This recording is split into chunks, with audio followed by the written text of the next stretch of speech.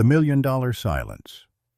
When a girl faced a broken dog and the world stopped at the Hollow Creek Livestock Arena, the rules were simple: loud money, louder egos, and animals that either obeyed or broke.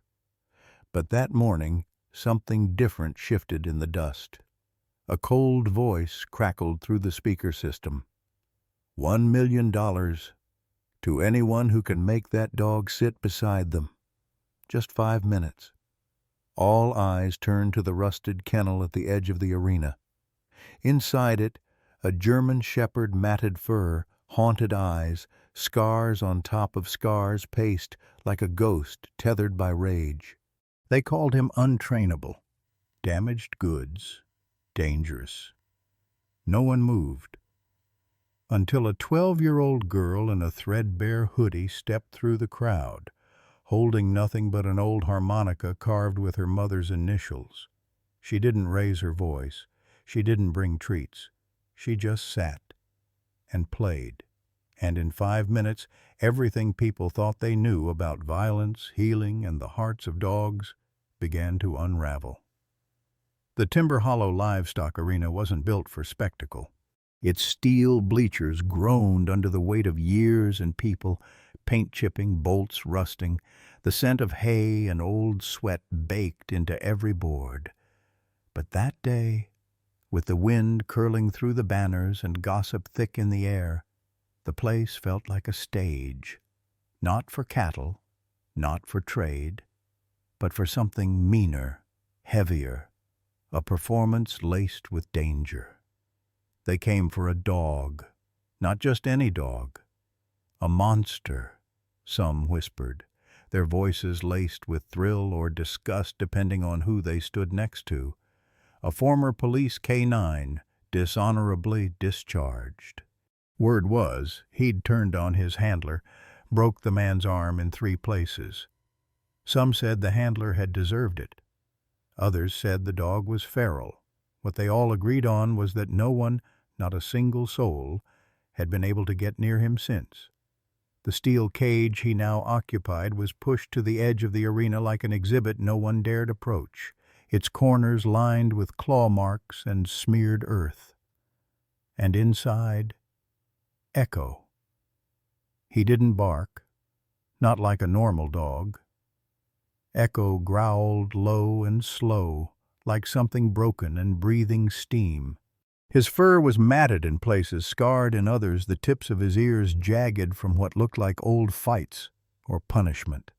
There was a tightness in his body, coiled and pulsing like a taut wire. Every movement he made was measured like violence waiting for permission. Then came the voice, sharp, clipped, and far too amused. $1,000,000, it rang out. To anyone here who can get that mutt to sit next to them for 5 minutes. Heads turned as Grayson Voss stepped into the sunlight like it belonged to him. Tailored coat, patent leather shoes, too polished for dust. The kind of man whose wealth made him untouchable, and whose smirk made people want to touch him anyway, just to see if it would wipe off. He stood at the center of the ring, hands behind his back like a commander reviewing troops.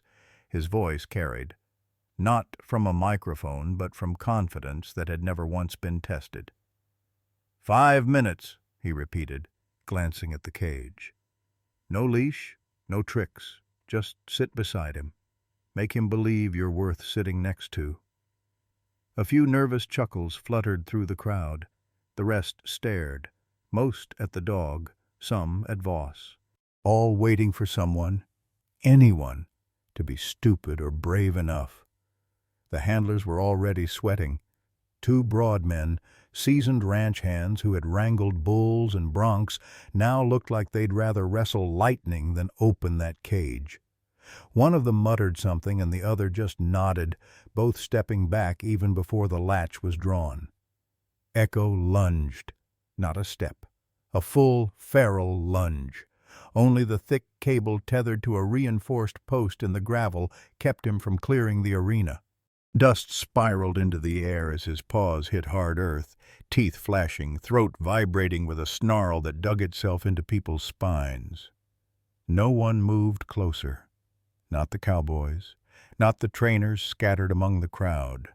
Not even the man with the clicker and imported leather leash who had come from Denver, whispering about behavioral mastery. The crowd murmured, shifted. Some stepped back. And Grayson? He only laughed, loud, unbothered. "Come now," he said, smiling wide enough to flash veneers. "Surely someone among you has what it takes to tame a legend." But no one did, at least not yet. What most people didn't notice, not at first, was the small figure pressed between two rusted rails on the east side of the stands. A 12-year-old girl, too thin for her coat, hands shoved into her pockets like she was trying to disappear inside herself. Her name was Aria Quinn, and the harmonica in her pocket once belonged to someone who had taught dogs not through orders, but through quiet. Her grandmother, Evelyn, stood beside her, silent and tired, more out of obligation than interest. She hadn't wanted to come. "This place isn't for children," she had muttered earlier that morning. "Too much dust. Too many men pretending they know what animals want." But Aria hadn't listened. She never argued, just watched. And right now her eyes were locked on Echo, not with fear, not with pity, with something deeper, something closer to recognition. She didn't know what made her step forward. It wasn't courage, not exactly, and it wasn't defiance. It was the same pull she felt the first time she heard her mother play that battered harmonica, the same feeling she'd had in dreams she never understood, of fire, of barking, of a shape that moved like memory. Her boots made no sound on the gravel. The crowd noticed her only after she'd passed the first fence. A few laughs, a few gasps. One voice, maybe a rancher, scoffed, "Someone get that kid before she gets herself mauled." She didn't stop. Voss raised an eyebrow, bemused. "Well, this is unexpected." The handlers glanced at each other in alarm. One stepped forward. "Kid, this isn't a game. Step back." But Aria was already pulling the harmonica from her coat. It caught the light metal edges, dulled by time, initials faint, but etched with love. DQ, Delilah Quinn. And without a word, Aria lifted it to her lips. She hadn't meant to walk forward. Not really. It was more like her feet had moved without permission, drawn not by bravado, but by something unspoken. Something old. Aria Quinn, 12 years and 3 months, had spent most of her short life blending into corners. She wasn't the kind of girl people remembered, except maybe as the one who didn't speak up in class, or who always wore her coat too long into spring. She didn't look like trouble, didn't look like a hero. She just looked quiet. And in that moment, as the crowd leaned forward in growing unease, that quiet began to move through the dust. She stepped out from where she'd been standing between the sun-bleached rails, the edges of her coat flapping around her legs like something not meant for wind. Evelyn, her grandmother, barely noticed at first. She was too busy frowning at the spectacle, arms folded, muttering under her breath about the theatrics of rich men and ruined animals. But when she turned and saw Aria walking toward that cage, her voice caught mid-sentence. "Aria?" she called, too late. Gasps followed the girl's steps like a wave. A ranch hand reached for her arm and missed. Someone else called, "Kid, stop!" But she didn't. She wasn't walking toward the man in the black coat or the $1 million promise or even the cage itself. She was walking toward Echo, not with certainty, not with confidence, just with something hollowed out and honest. And that was what made the crowd go still, because the girl wasn't afraid, and the dog was watching her. Echo didn't snarl this time. Not right away.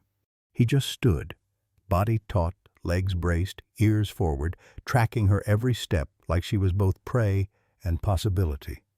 Arya stopped 10 feet from the cage. The gravel beneath her shoes crackled and gave way, but she held firm. Her hands, hidden in her coat pockets, fidgeted for a moment, and then closed around metal. She pulled it out slowly, reverently. A small harmonica, silver dulled by years of breath and weather. The initials were barely legible now. D.Q., Delilah Quinn, her mother, gone 2 winters ago in a fire that took everything but memory and this harmonica. To most people it was just an old instrument, battered, almost forgotten. But to Arya, it was the only thing that still carried her mother's voice. She didn't lift it right away. Her thumb ran across the faded grooves, tracing the edge like a question. The air smelled of sweat and dry grass and tension thick enough to crack. And somewhere behind her, someone snorted. $1,000,000 to babysit a mutt. Guess she's aiming to pay for college early. Scattered laughter, short, uneasy. Arya said nothing. She didn't need to. She raised the harmonica to her lips, hands trembling just enough to make the light bounce, and she played, not a song, not really, just a thread of sound, thin, reedy, barely there. Notes that wavered like they were unsure if they belonged. Breath passed through the metal, pulling something out of the air that felt older than the girl playing it. There was no rhythm, no melody, but there was memory. And Echo stopped moving. He didn't sit, didn't growl, just froze, as if something inside him had forgotten how to fight. The rope at his collar slackened. His ears twitched, tail stiff and low, not wagging, never wagging, but no longer raised in aggression. He tilted his head, eyes narrowing not in threat but in recognition, as if somewhere, buried beneath the noise, that sound had once meant something. The harmonica kept playing.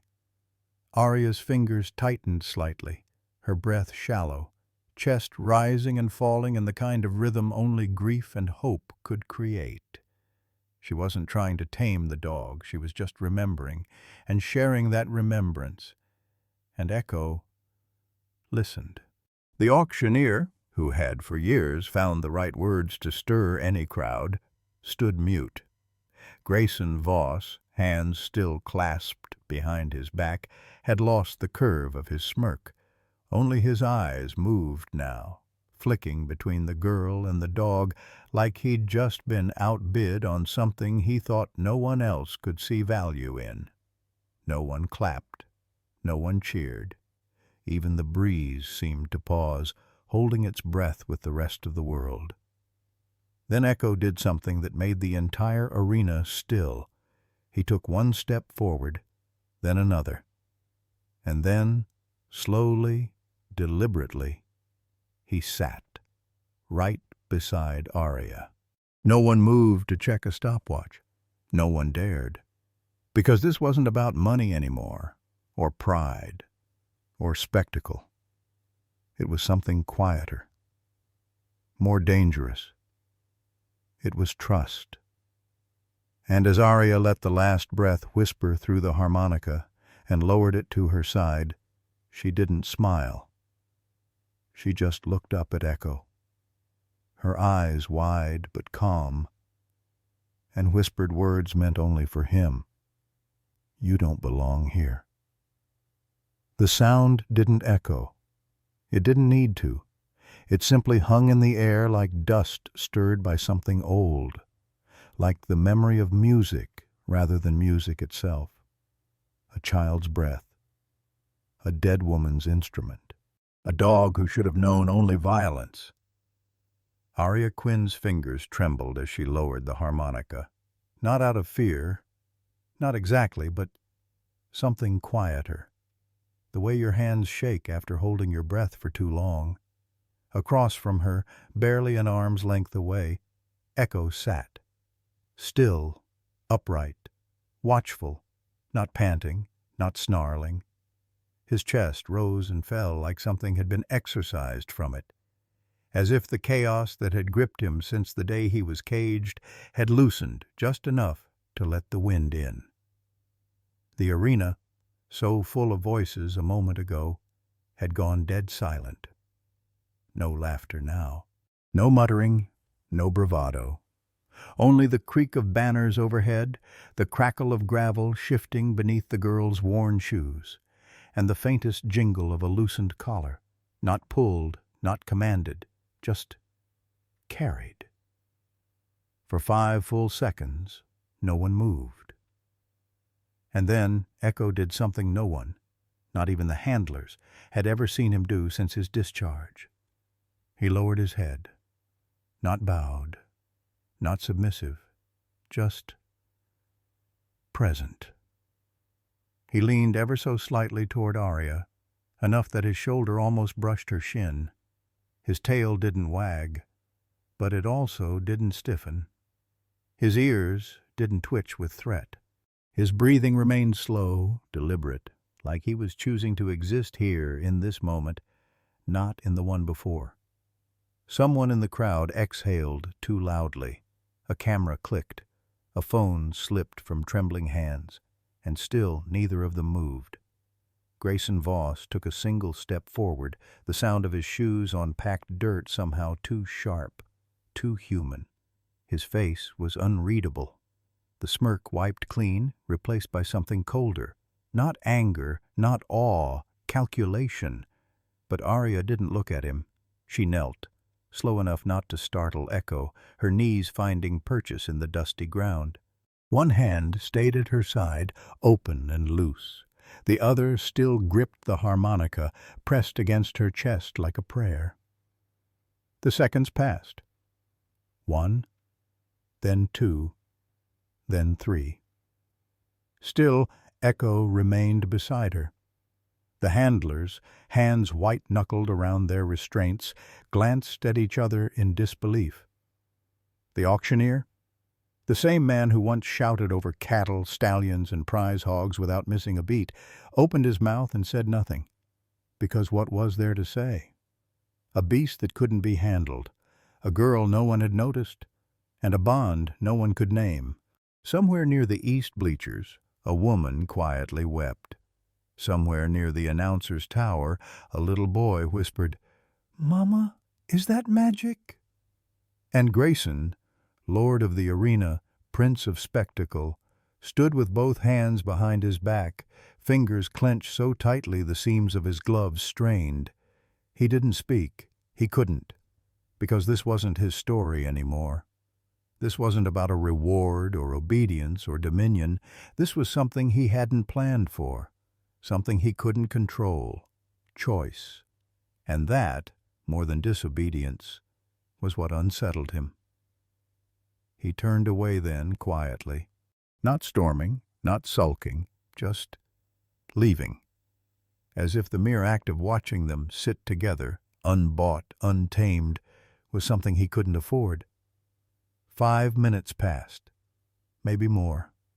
No one checked a clock. No one needed to, because the silence had become something else entirely, not empty, not fearful, sacred. Arya slowly reached out, not to pet, not to take, but to rest her hand lightly on the dirt beside Echo's paw. He didn't flinch, didn't recoil, he didn't move away, and that, in its own quiet way, was louder than any standing ovation. When she finally stood, brushing dust from her knees with a grace that didn't feel like childhood anymore, Echo rose beside her, not trailing, not waiting for instruction, just walking with her, as if he'd always meant to. They moved toward the edge of the ring, girl and dog, harmonica still clutched in her palm like a tether to something eternal. And as they reached the gate, Evelyn was already waiting, eyes red, mouth trembling. "We're taking him home," Arya said simply. Not a question, not a request, a decision. and in her voice was the weight of something ancient, of loss, of inheritance, of love that hadn't ended, just changed shape. As they stepped beyond the last rail and into the gravel path that led toward the parking lot, the wind picked up again. Light caught the harmonica in her hand, just a flicker of silver, and in the still air the last notes of her broken song seemed to echo again. Faint, unfinished, but full of promise. The truck rattled like it had secrets. Paint chipped, windshield fogged on the edges, and the rearview mirror trembled with every bump in the road. Evelyn kept both hands on the wheel, knuckles pale, lips pressed into a line she hadn't relaxed in years. She didn't speak, not to fill the silence, not to question it. She knew better than to disturb whatever thread was holding this strange moment together. In the passenger seat, Arya sat curled inward, her knees drawn up slightly, the harmonica still gripped in her lap like a fragile bone. She hadn't said much since they left the auction grounds. Just a few words to Evelyn, "We're taking him home." And then nothing. But silence had never meant nothing with Arya. It meant wait.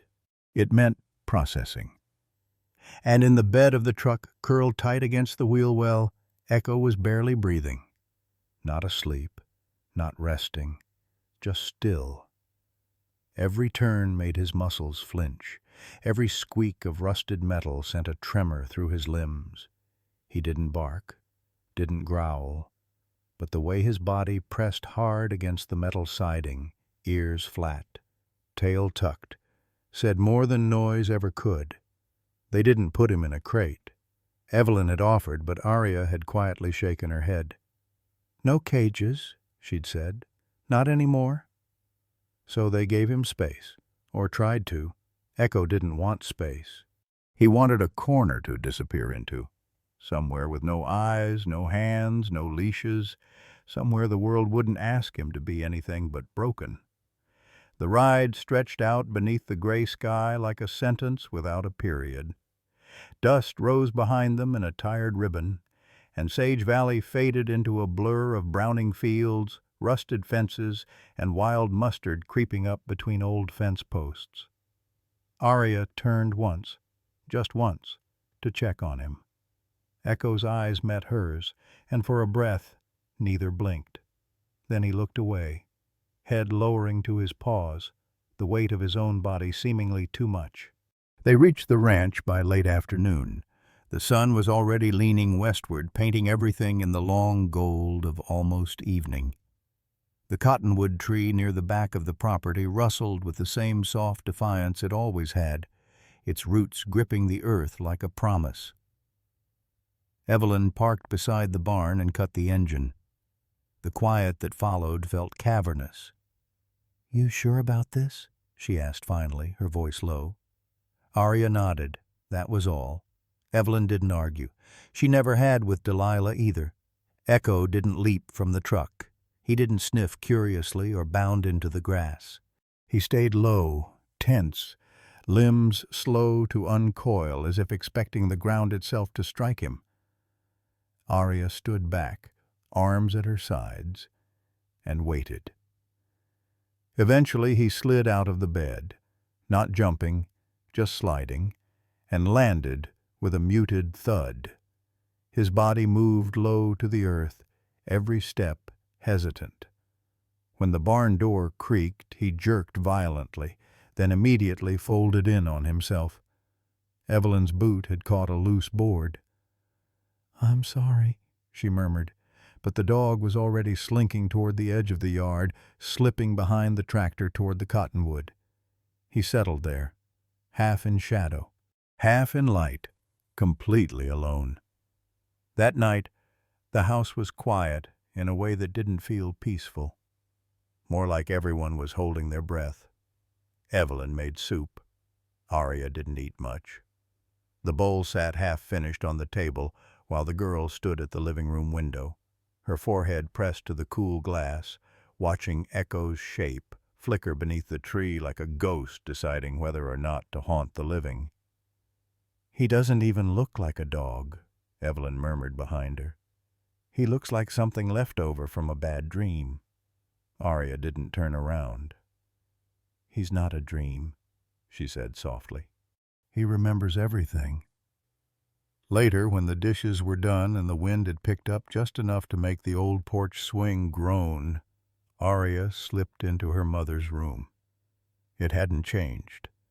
The walls still held faded photos, Delilah grinning in the sun, surrounded by dogs and dust and purpose. The scent of eucalyptus still lingered faintly on the pillow. And on the shelf, untouched since the fire, was a battered leather journal, edges curled, binding cracked. She pulled it down slowly. Inside, her mother's handwriting, slanted and fast. Sentences that looped into one another like thoughts too big for pages. Smudges in the margins. Tiny arrows pointing to phrases underlined twice. Force doesn't earn trust. It earns silence. Fear is not the same as respect. A dog who flinches is not defiant. He is trying to survive. Arya's throat tightened.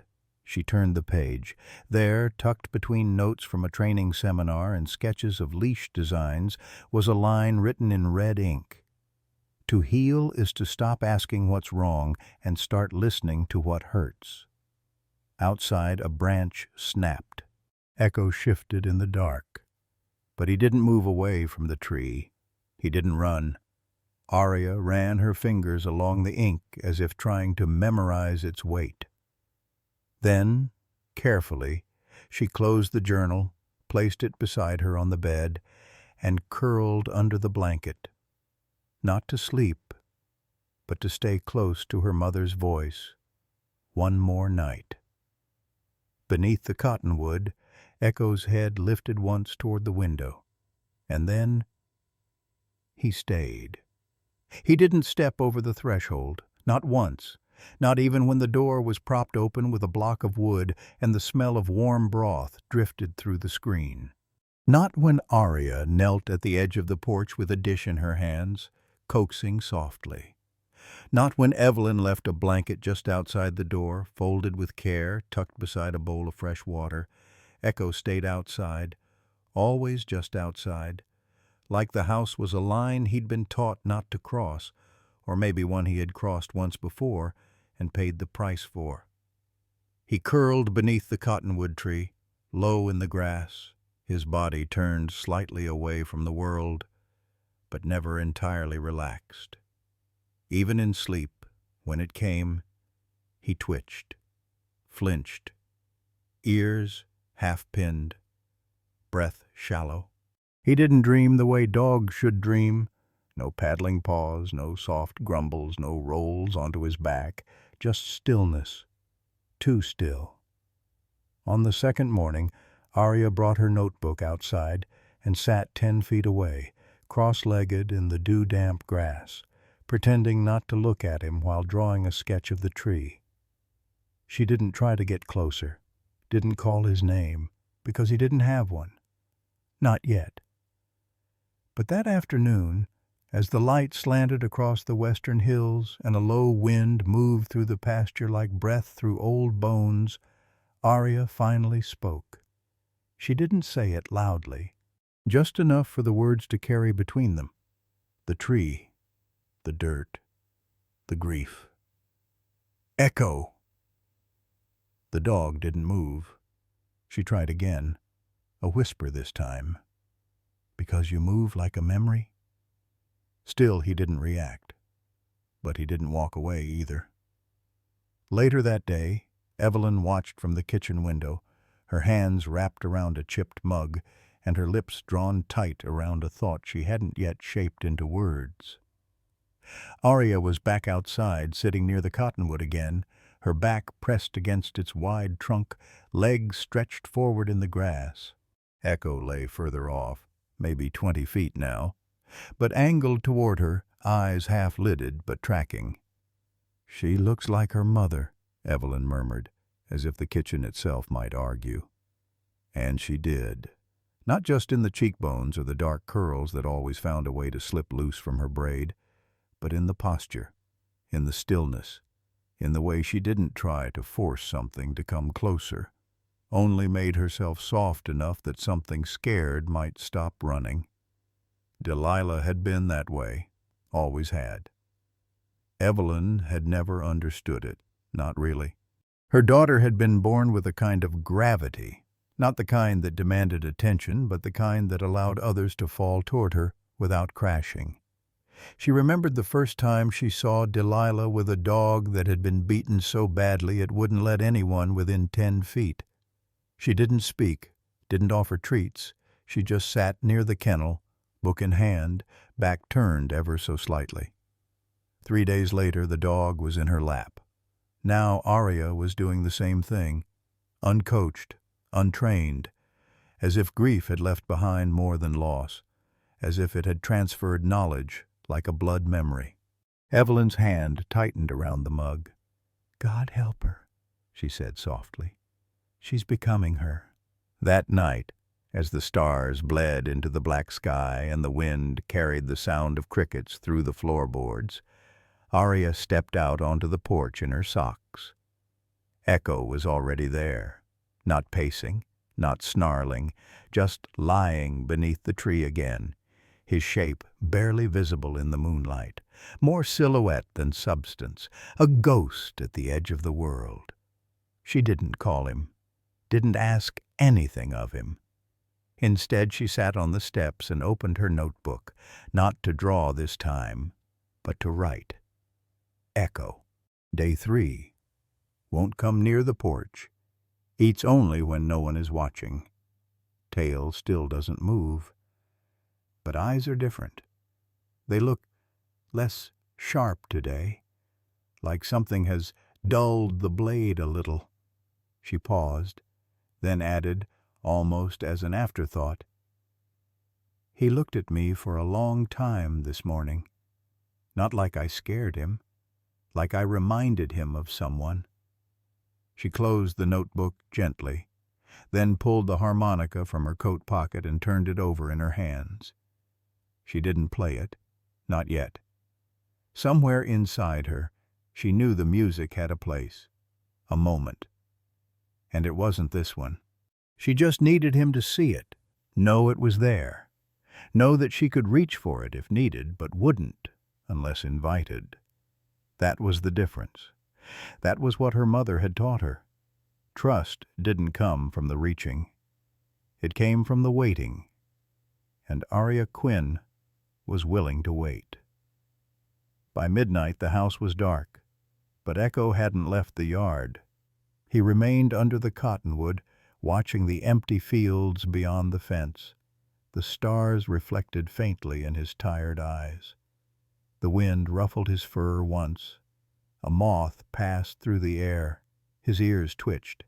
And then, for just a second, his gaze turned not outward, but inward, toward the girl in the house, the one who hadn't tried to own him, the one who hadn't asked him to be anything other than hurt and here.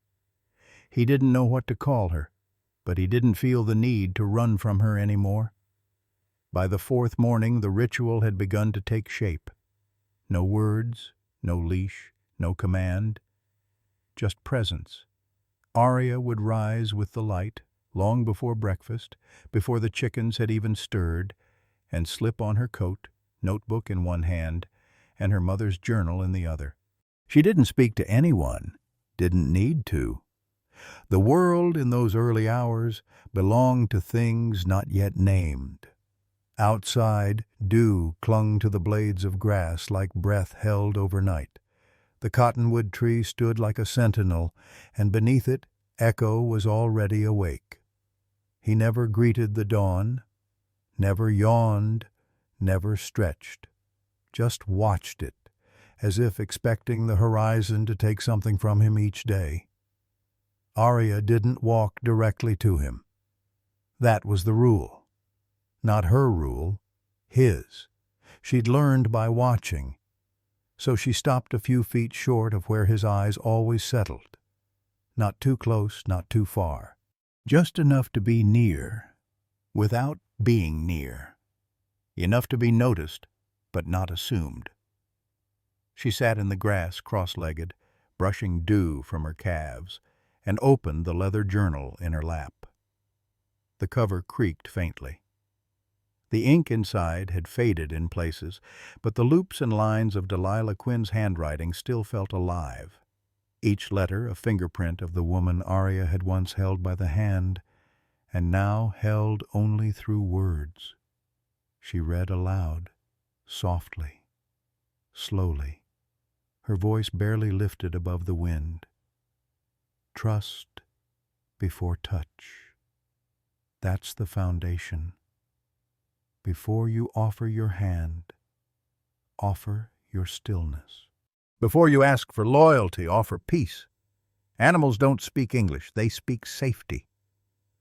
She glanced up. Echo hadn't moved. His ears tilted toward her, not fully, but enough. Enough to register. She turned the page. The mistake most handlers make is assuming obedience is the goal. It's not. Safety is. A dog who obeys under threat is a hostage.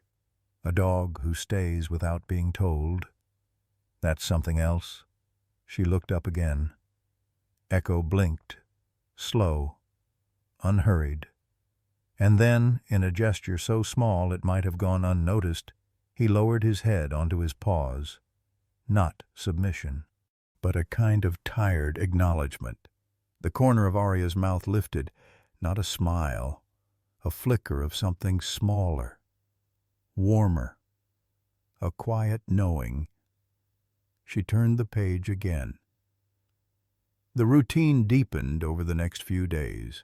Morning became their time. Aria would bring a thermos of weak tea she never finished, a slice of bread she sometimes shared with the ants, and her mother's words. Always her mother's words.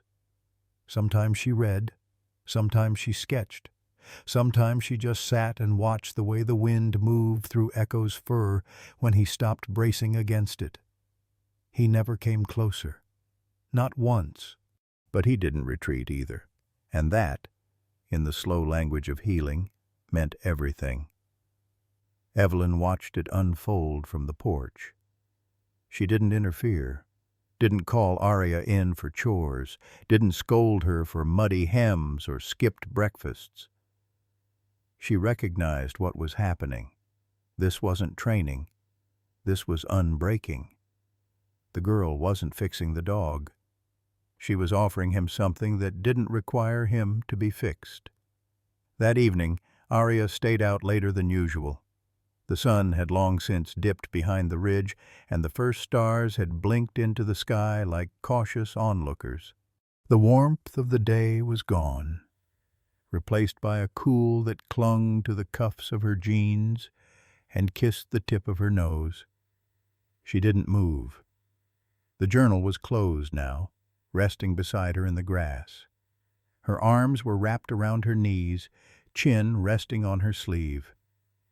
She was tired, but more than that, she was held. Not by anyone, just by the moment. Across from her, Echo let out a long, slow exhale. Not a sigh, not quite. More like the sound of something letting go. Just a little. His body unwound from its usual coil, his legs stretched out slightly. His gaze softened, no longer pinned to the distance, but flickering inward. Aria felt her eyes growing heavy. She shifted onto her side in the grass, careful not to break the unspoken boundary, but close enough now that the warmth of his breath might reach her if the wind changed direction. She didn't bring a blanket. Didn't need one. The grass cradled her like memory. The stars held vigil.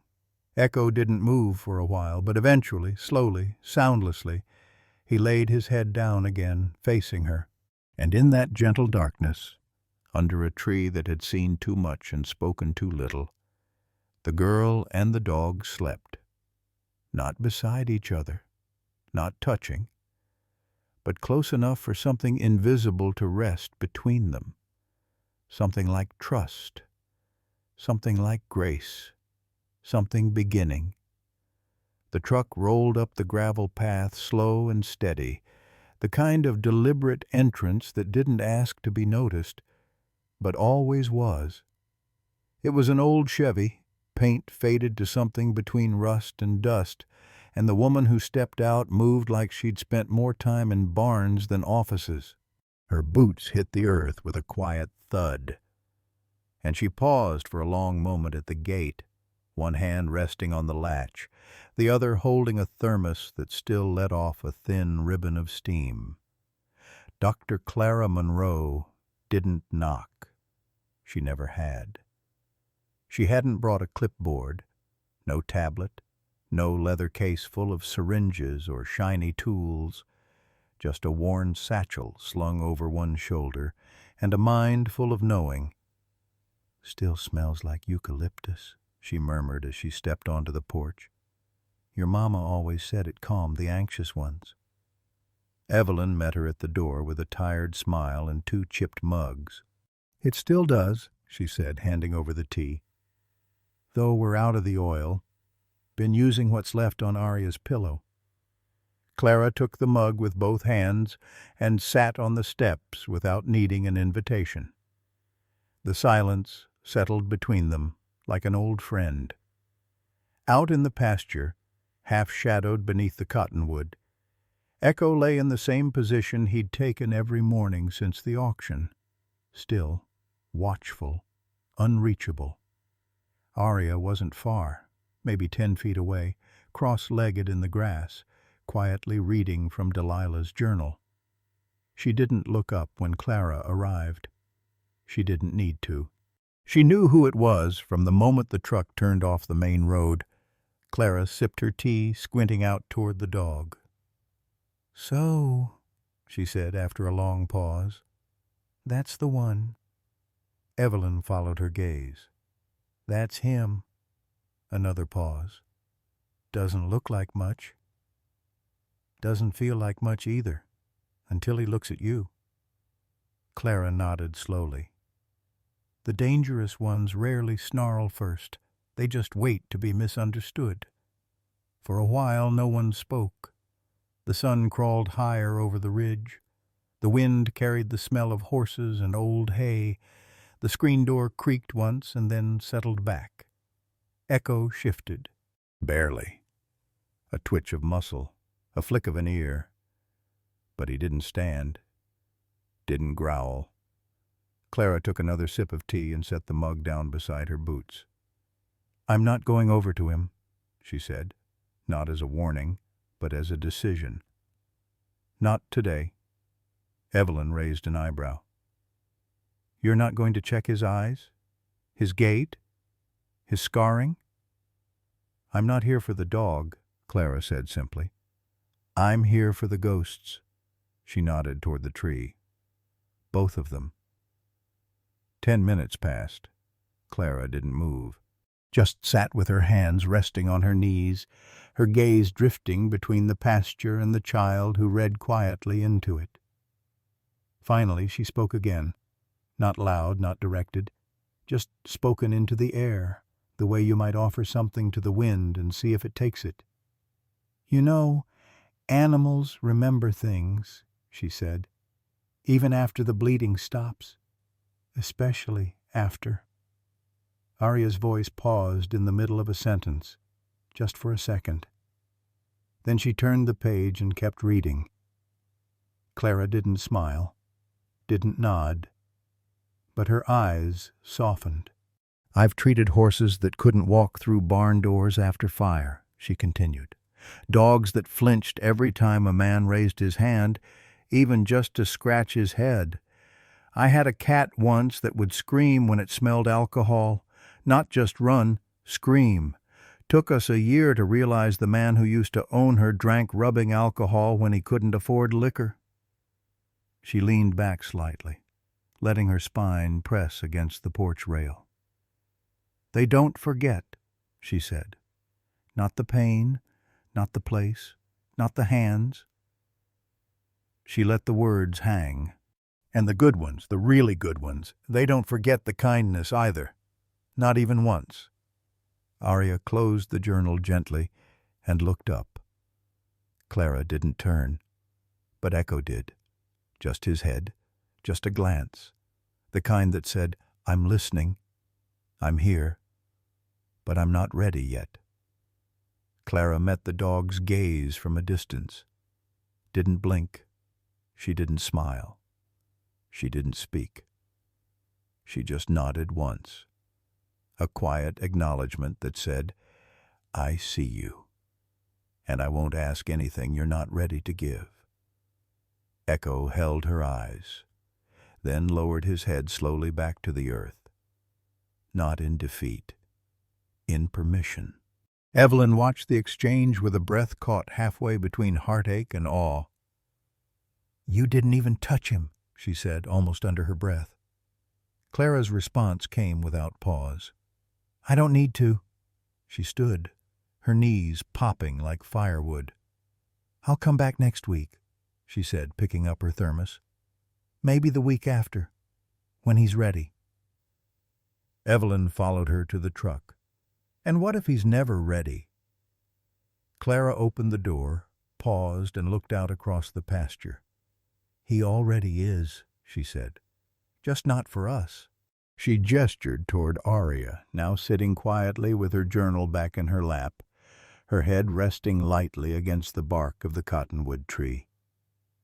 He's ready for her. And then, without another word, the vet drove off, the gravel crunching softly behind her, like a song you didn't know you remembered, until it was already gone.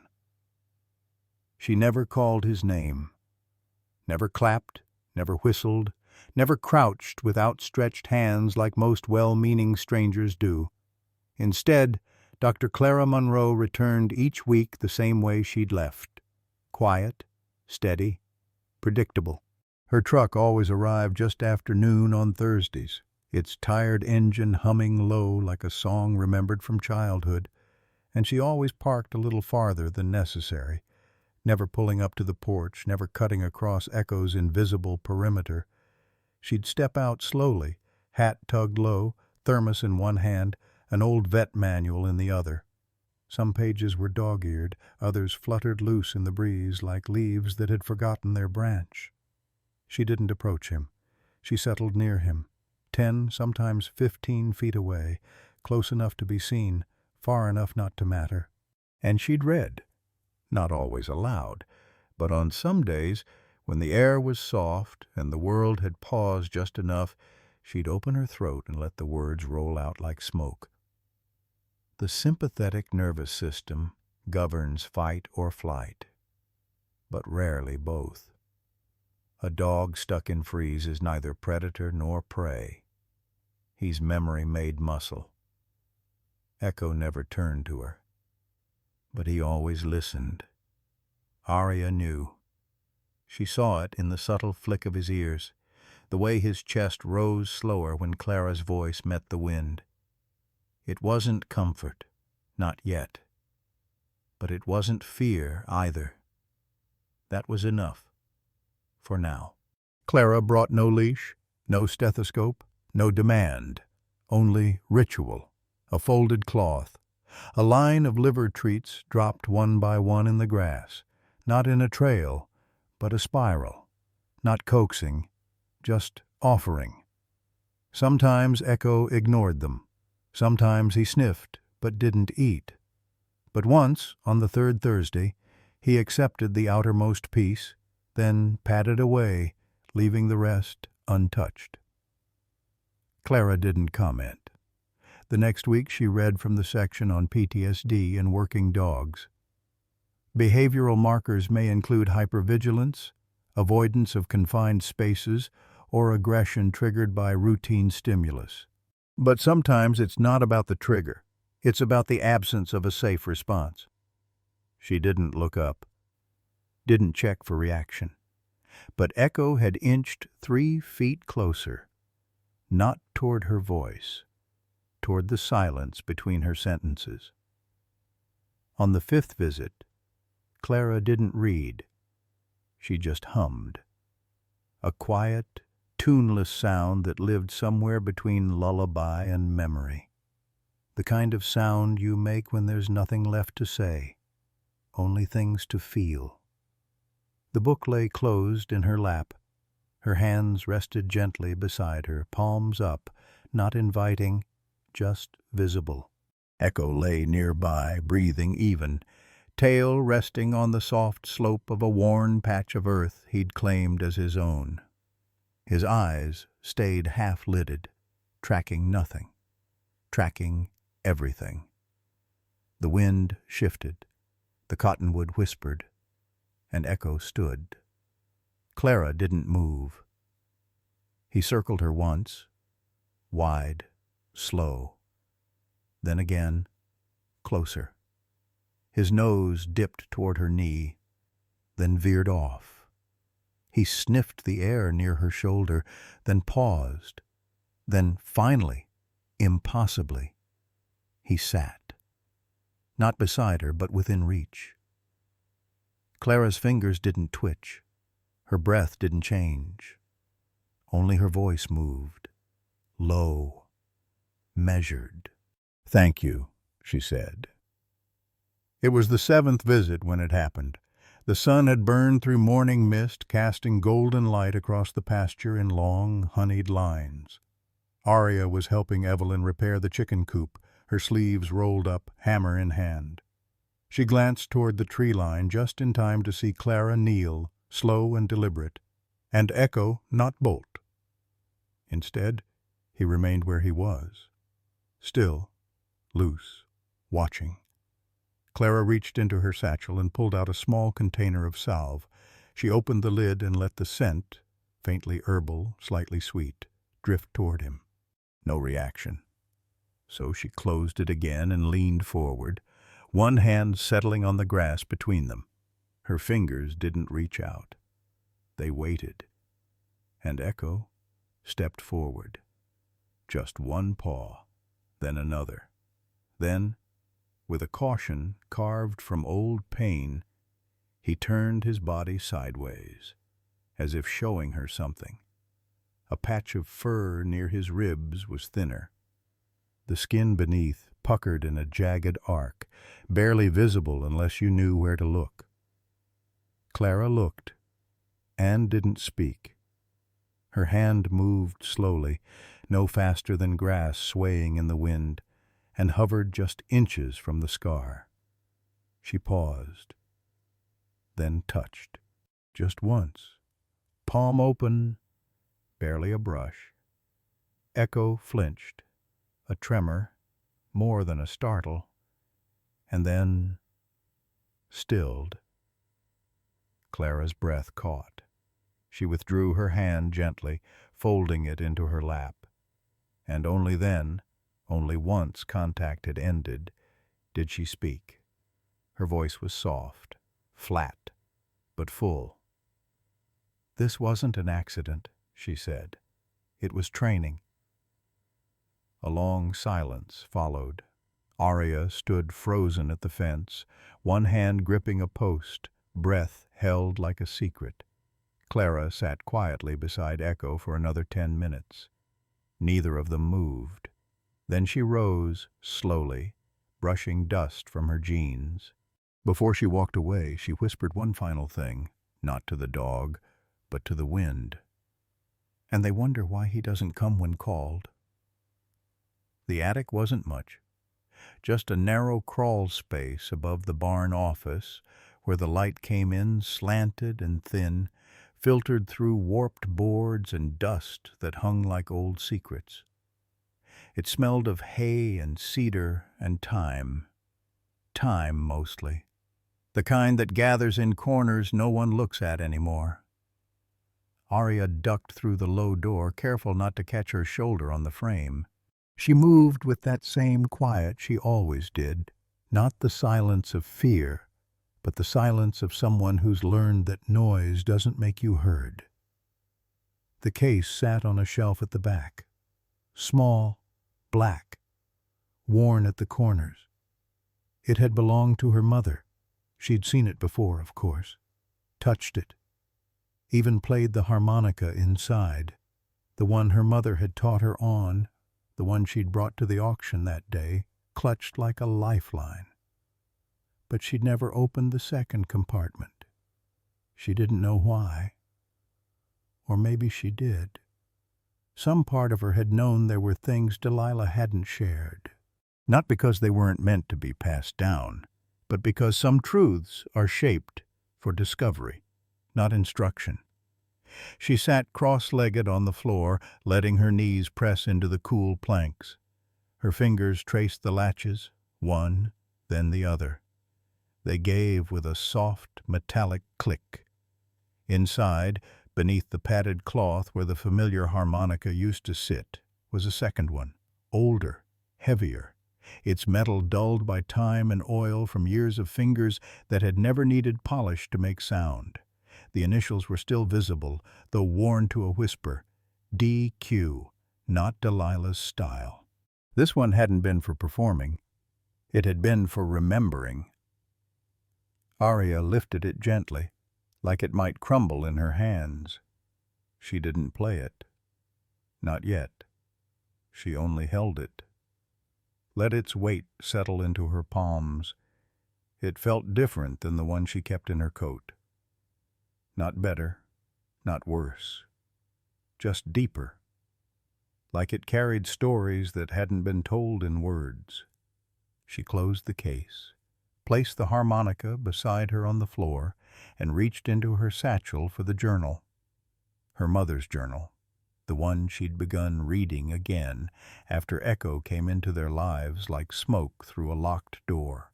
Today, she didn't just want to read, she wanted to listen and record. She opened to the middle, where the pages were softest, and copied the first line that caught her eye. Force creates silence, but silence is not the same as peace. She paused. Let that settle into her notebook, then continued, her handwriting small, neat, deliberate. Most handlers want results. They want response.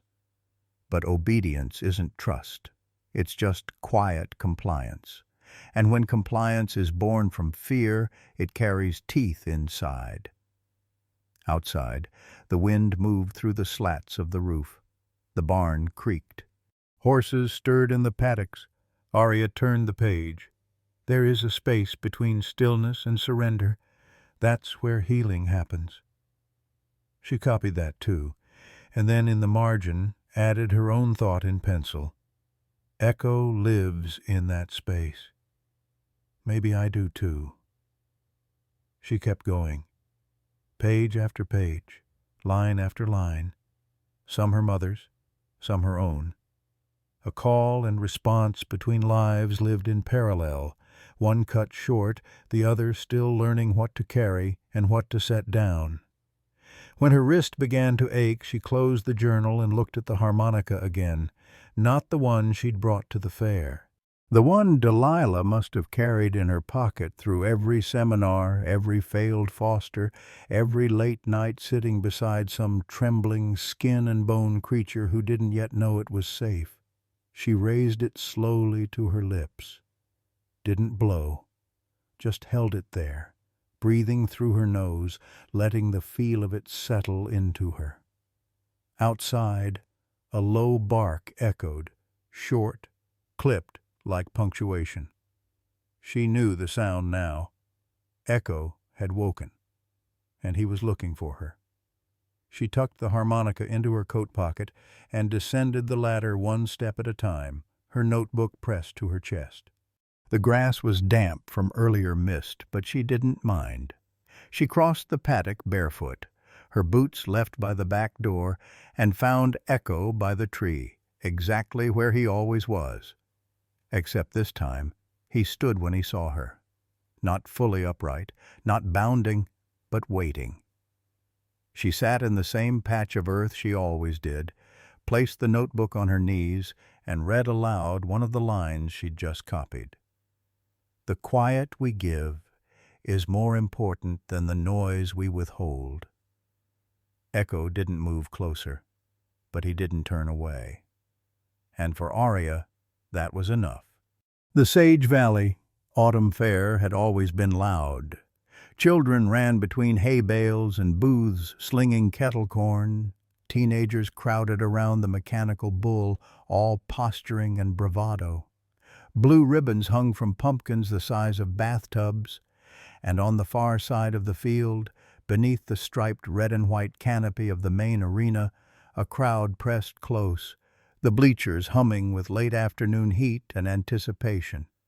This year, though, there was something different in the air.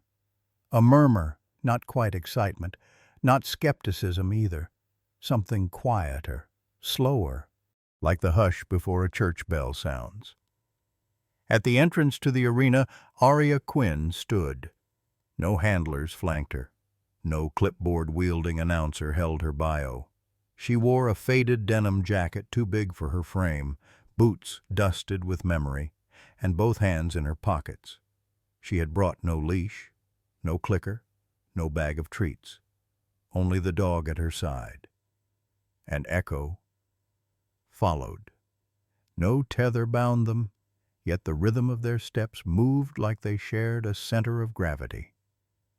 The crowd went still as she stepped onto the ring's dirt floor, her head neither bowed nor raised, just steady, grounded. She didn't command.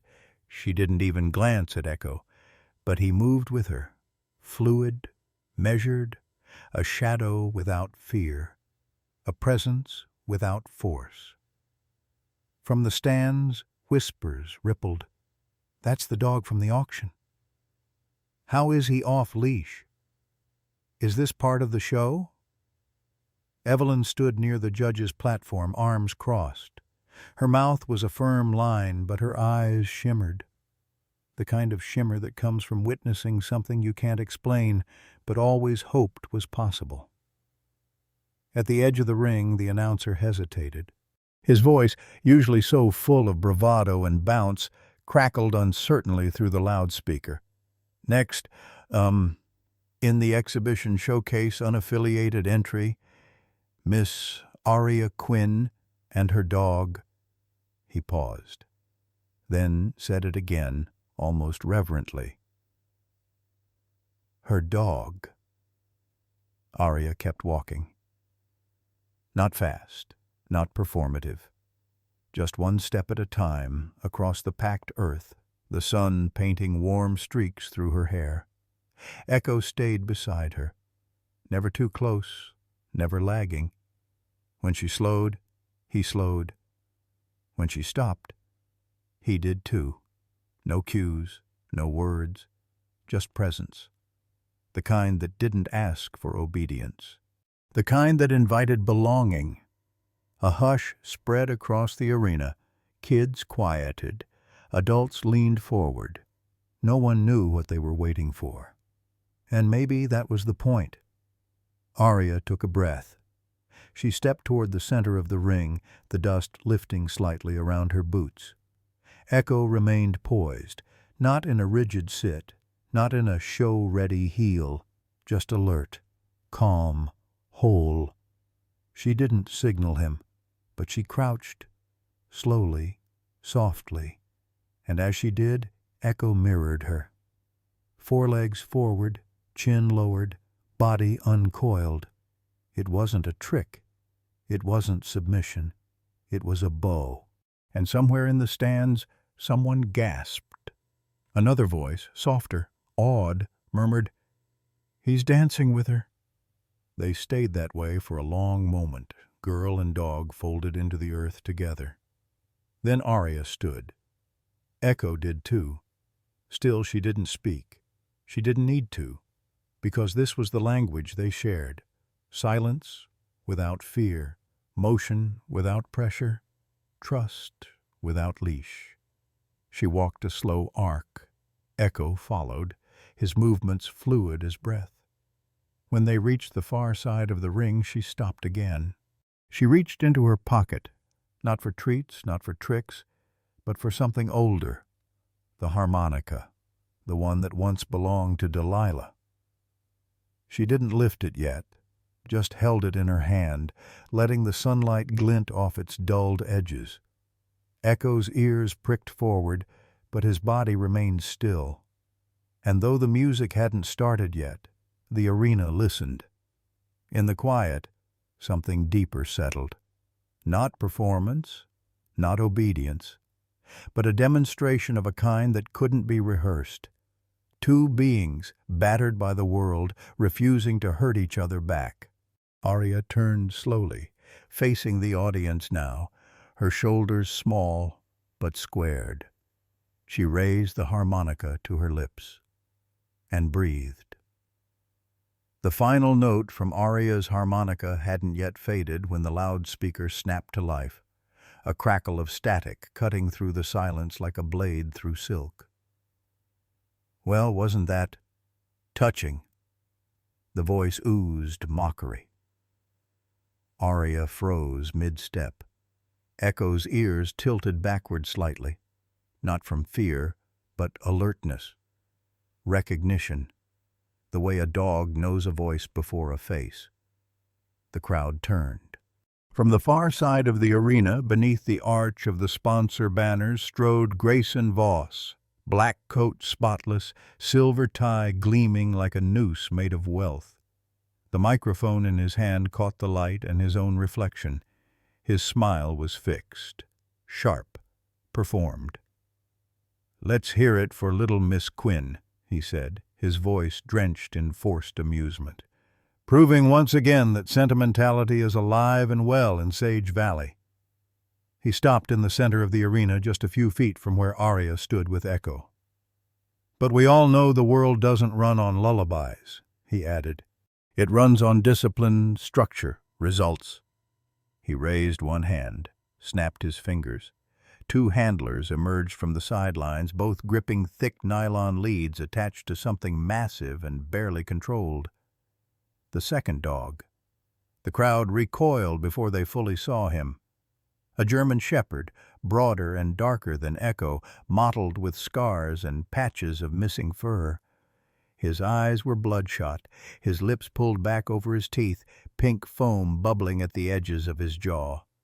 A heavy rope harness dug into his chest, metal clips trembling with strain. He lunged once, almost taking one of the handlers off balance, and snapped at the air. A collective gasp swept through the bleachers. "Allow me to introduce Blitz," Grayson announced, his voice now clear and commanding. Declared untrainable by 4 facilities, deemed aggressive, unstable, and unsuitable for any civilian placement, a so-called hopeless case. He turned to face the crowd fully. "But we believe in solutions, not sob stories." The handlers dragged Blitz into the ring. He twisted and snarled, snapping at the dirt, wild-eyed, foam flecking the ground. Every step he took screamed of history written in pain. Arya didn't move, but her breath caught. Echo didn't growl, but his body shifted forward ever so slightly, as if shielding. Grayson's grin widened. No harmonicas, no heartfelt readings from Mommy's diary, just results. He gestured again. 3 more assistants stepped into the ring, each wearing utility belts lined with shock collar remotes, clickers, and batons. The arena went cold. "This is the part where training begins," Voss said. "Not with stories, but with authority." A murmur of unease ran through the crowd. In the front row, a mother clutched her child closer. A boy whimpered. Even the horses tied near the stables pawed nervously at the ground. But Grayson didn't notice, or didn't care. He was too busy performing. Arya stepped back, only once, not out of fear, but to place her hand gently on Echo's shoulder.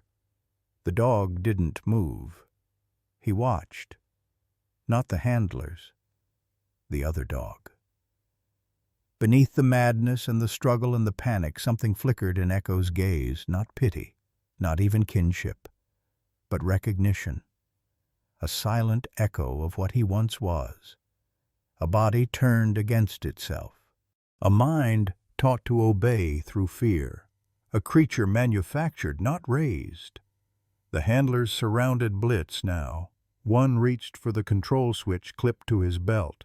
Another shouted commands over the dog's growls. "Sit! Down! Focus!" The dog lunged again.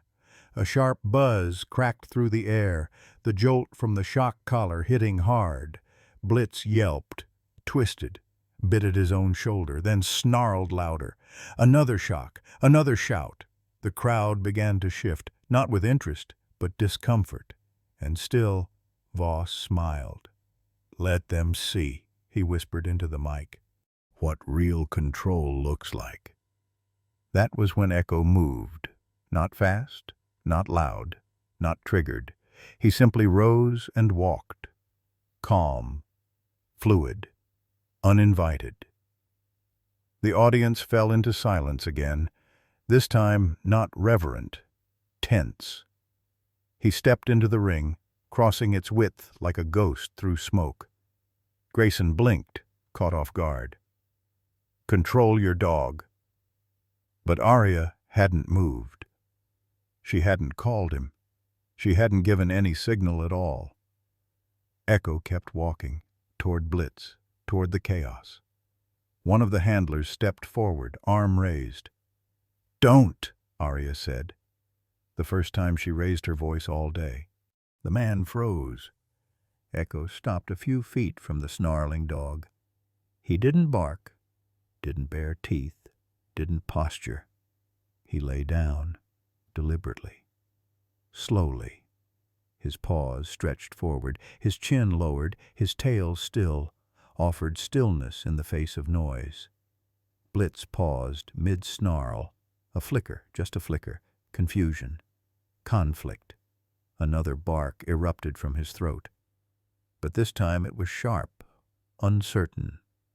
He stepped back. The handlers looked at each other. "Hold him," someone whispered. But Blitz didn't lunge again. He looked at Echo, the calm, the non-threat, the thing that did not fear him. And he tilted his head, just slightly.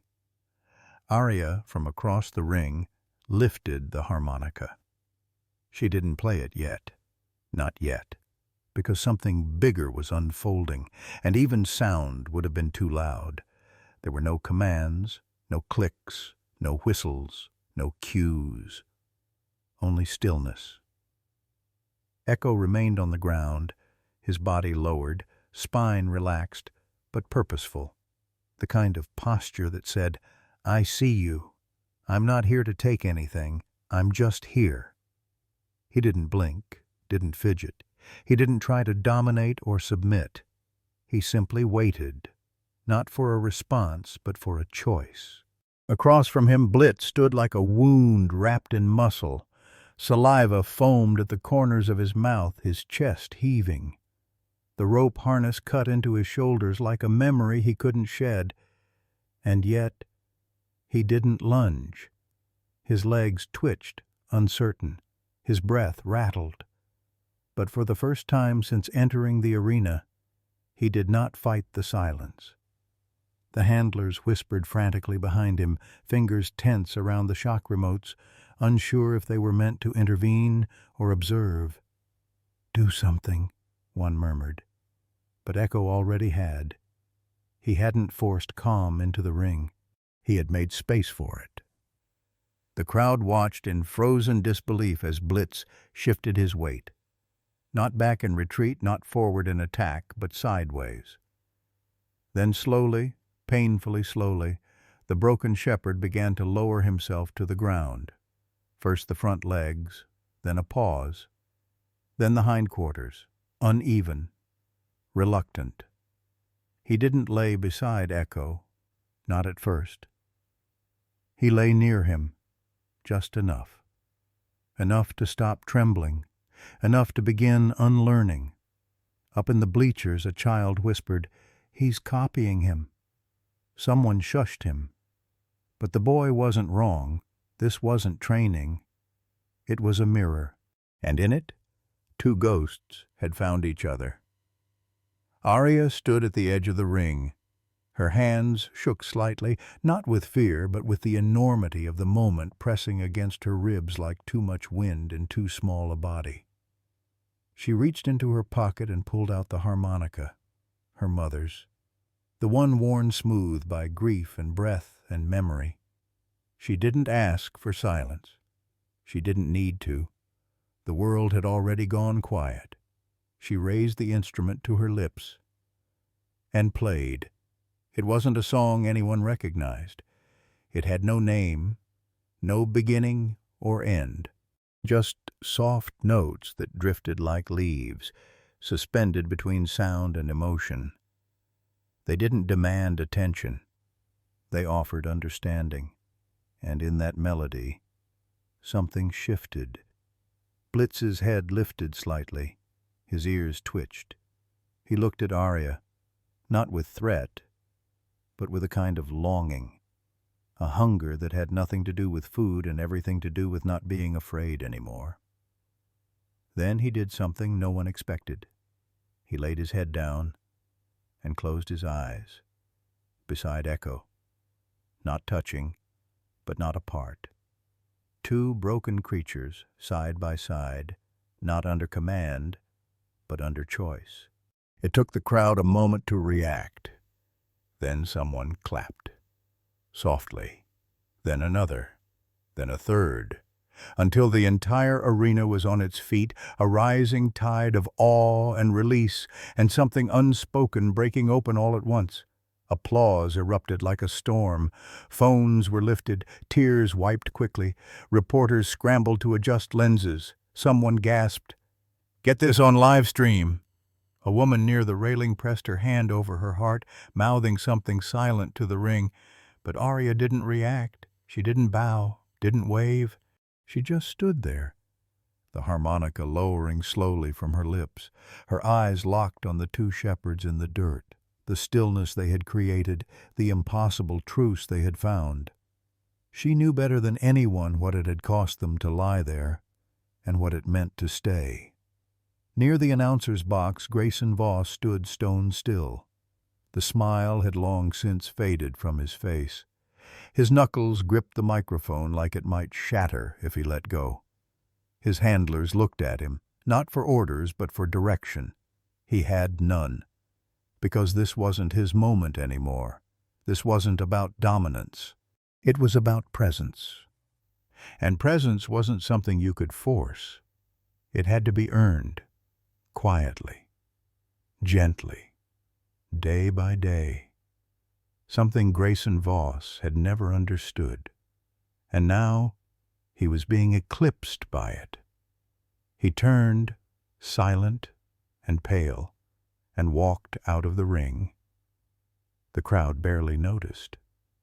Arya crossed the dirt slowly, her boots stirring little clouds in the sunlight. She knelt between the two dogs, her hand resting lightly, not on their heads, not on their backs, but on the earth between them. A kind of acknowledgement. A thank you. Blitz didn't flinch. Echo didn't move. And in that circle of stillness, beneath the banners, beyond the noise, something began. Not a performance, not a show, a reclamation. The video didn't show the harmonica. It didn't show the way Echo had laid down first, or how Blitz had breathed slower once Arya played. Instead, the clip that went viral was shaky and trimmed, shot from a tilted phone just as Blitz lunged at the entrance of the ring ropes yanked, handlers yelling, foam flecking the air. The frame jittered, cut to black, then snapped back in right as Echo stepped forward. Not slow and silent, but cropped to look like a charge. The headline ran bold the next morning across every feed, every platform. Millionaire's warning, dangerous K9, still a threat child, nearly mauled during county fair. Subhead: Echo retired police dog or public risk?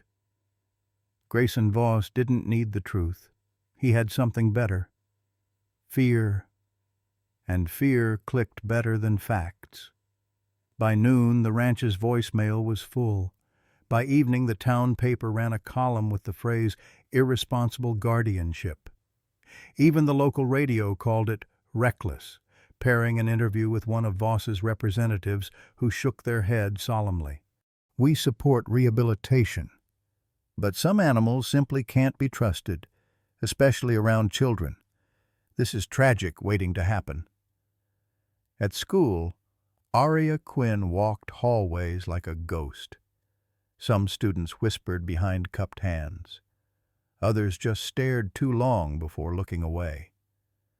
A few girls in the cafeteria made barking sounds when she passed. One boy mimicked a lunge, snarling under his breath. She didn't flinch, but she did fold her tray back into the return slot, half-eaten lunch untouched, and walked outside where the autumn wind didn't ask questions. Not everyone mocked her. A few kids clapped her on the back. One scribbled, "Quiet as power," on her locker with chalk. But their support was soft, fleeting. The world had been loud for too long, and Aria had never learned to speak over it, not like her mother. Back at the ranch, Evelyn unplugged the landline. On the porch, she sipped her tea slower these days, eyes always scanning the fence line like expecting something, cameras maybe, or angry letters. Instead, she found Aria standing barefoot in the barn, humming tunelessly as she brushed dust off a pile of journals. "I'm not mad," Aria said when Evelyn asked why she wasn't fighting back. "I'm just tired of people needing noise to believe something's real." In the kitchen that night, Clara Monroe pulled up an article on her tablet. She slid it across the table to Aria without a word. The headline flickered under the low light. Echo, the time bomb at Timber Hollow. A blurry photo of Echo blinking mid-step made him look snarling. The article had quotes from behavioral experts, none of whom had met him, each one using terms like unpredictable, untethered, not fit for adoption. Aria pushed the tablet away gently. Clara said nothing for a while, just stirred her coffee. Then, "They'll forget what they saw." Aria looked up. Her voice was quiet, even, but it didn't shake. "Then we show them again." Meanwhile, Echo didn't change. He still curled beneath the cottonwood tree at night, his breathing steady. Still watched the horizon, eyes scanning shadows that weren't there. But when Aria sat beside him the next morning, journal in hand, voice soft as dew, he didn't move away. He didn't lean in either. But he stayed. The damage had been done. The internet was already flooded. One commenter asked, "Where are the parents? That girl should be taken away from that animal." Another, "How did the dog even get out of training like that? Who approved it?" Aria didn't respond. She didn't need to. Because 3 days later, a car arrived in the rain, a quiet knock at the gate. And everything changed. The rain hadn't let up since morning. It trickled down the kitchen windows in slow, uneven trails, like the kind of tears no one dared to wipe away. Inside, the farmhouse was dim but warm. A kettle hissed quietly in the background, filling the room with the scent of chamomile and memory. On the wooden table, old, scarred, familiar 3 chairs were pulled close. One for the past, one for the present, one for the fight ahead. Clara Monroe sat with her sleeves rolled, glasses perched low on her nose, and the backlight of a tablet casting pale reflections onto her cup of tea. Evelyn Quinn stood by the stove, arms folded, watching Aria from across the room, not speaking, not interrupting, just watching. Aria sat still, one leg tucked under her. Her eyes didn't leave the screen in front of her. The article read, "Is Timber Hollow safe? Concerns rise over dangerous XK9 housed near local school." Her name was in the fourth paragraph. Echo's name was in the headline. Another tab, another headline. "Fair stunt or future tragedy? Questions mount over girl's bond with unstable police dog." Underneath, a photo cropped and blurred. Echo, mid-movement, ears forward, captured in a freeze that stripped him of every moment that came before or after. There was no context, no harmonica, no calm, just fear. And it spread like fire. Clara sipped her tea, then said, "There's a PR firm behind this. I'd bet my license on it." She clicked open another article. Same wording, repeated phrases, liability, irresponsible, emotional manipulation. You don't need truth, just repetition. Arya didn't flinch. She just scrolled. The firewood crackled in the hearth. The house creaked. A gust pushed against the window as if trying to listen in. "They'll forget what they saw," Clara murmured, more to herself than anyone. Her voice was low, weathered. The voice of someone who had seen what cruelty could do in a quiet town when people decided a lie was easier to hold than a truth that hurt. She set the tablet down. People want fear to make sense. It's easier than admitting they were moved by something they didn't understand. Arya finally looked up. "Then we show them again." Evelyn turned, leaning one hip against the counter. "Sweetheart, this isn't a school science fair. This is a man with money, media, and a reason to make you disappear." Arya blinked slowly. Her voice, when it came, wasn't angry. It was quieter than defiance, stronger than rebellion. "He's loud," she said. "That doesn't make him right." She reached across the table and opened her mother's journal to a dog-eared page. The ink had faded, but the words still held weight. "You don't tame fear with louder fear. You tame it by staying when others run." She underlined it in pencil, then set the journal down beside the tablet. Clara sat forward. "You want to push back?" Arya nodded. Clara gave a tired smile. "Then you do it the way your mother did. Not with noise, with presence, with proof." They started that night. Evelyn pulled down the old photo box from the top of the pantry, pictures of Delilah with dogs in war zones, shelters, fairs. In one, she knelt beside a scarred German shepherd in Kabul. In another, she was sitting cross-legged on the ground while 3 wild-eyed puppies curled in her lap. Clara found an old camcorder in the clinic cabinet. "Still works?" "Barely." Arya opened a fresh notebook and titled the first page, "The Quiet Path." Then she drew 2 columns underneath.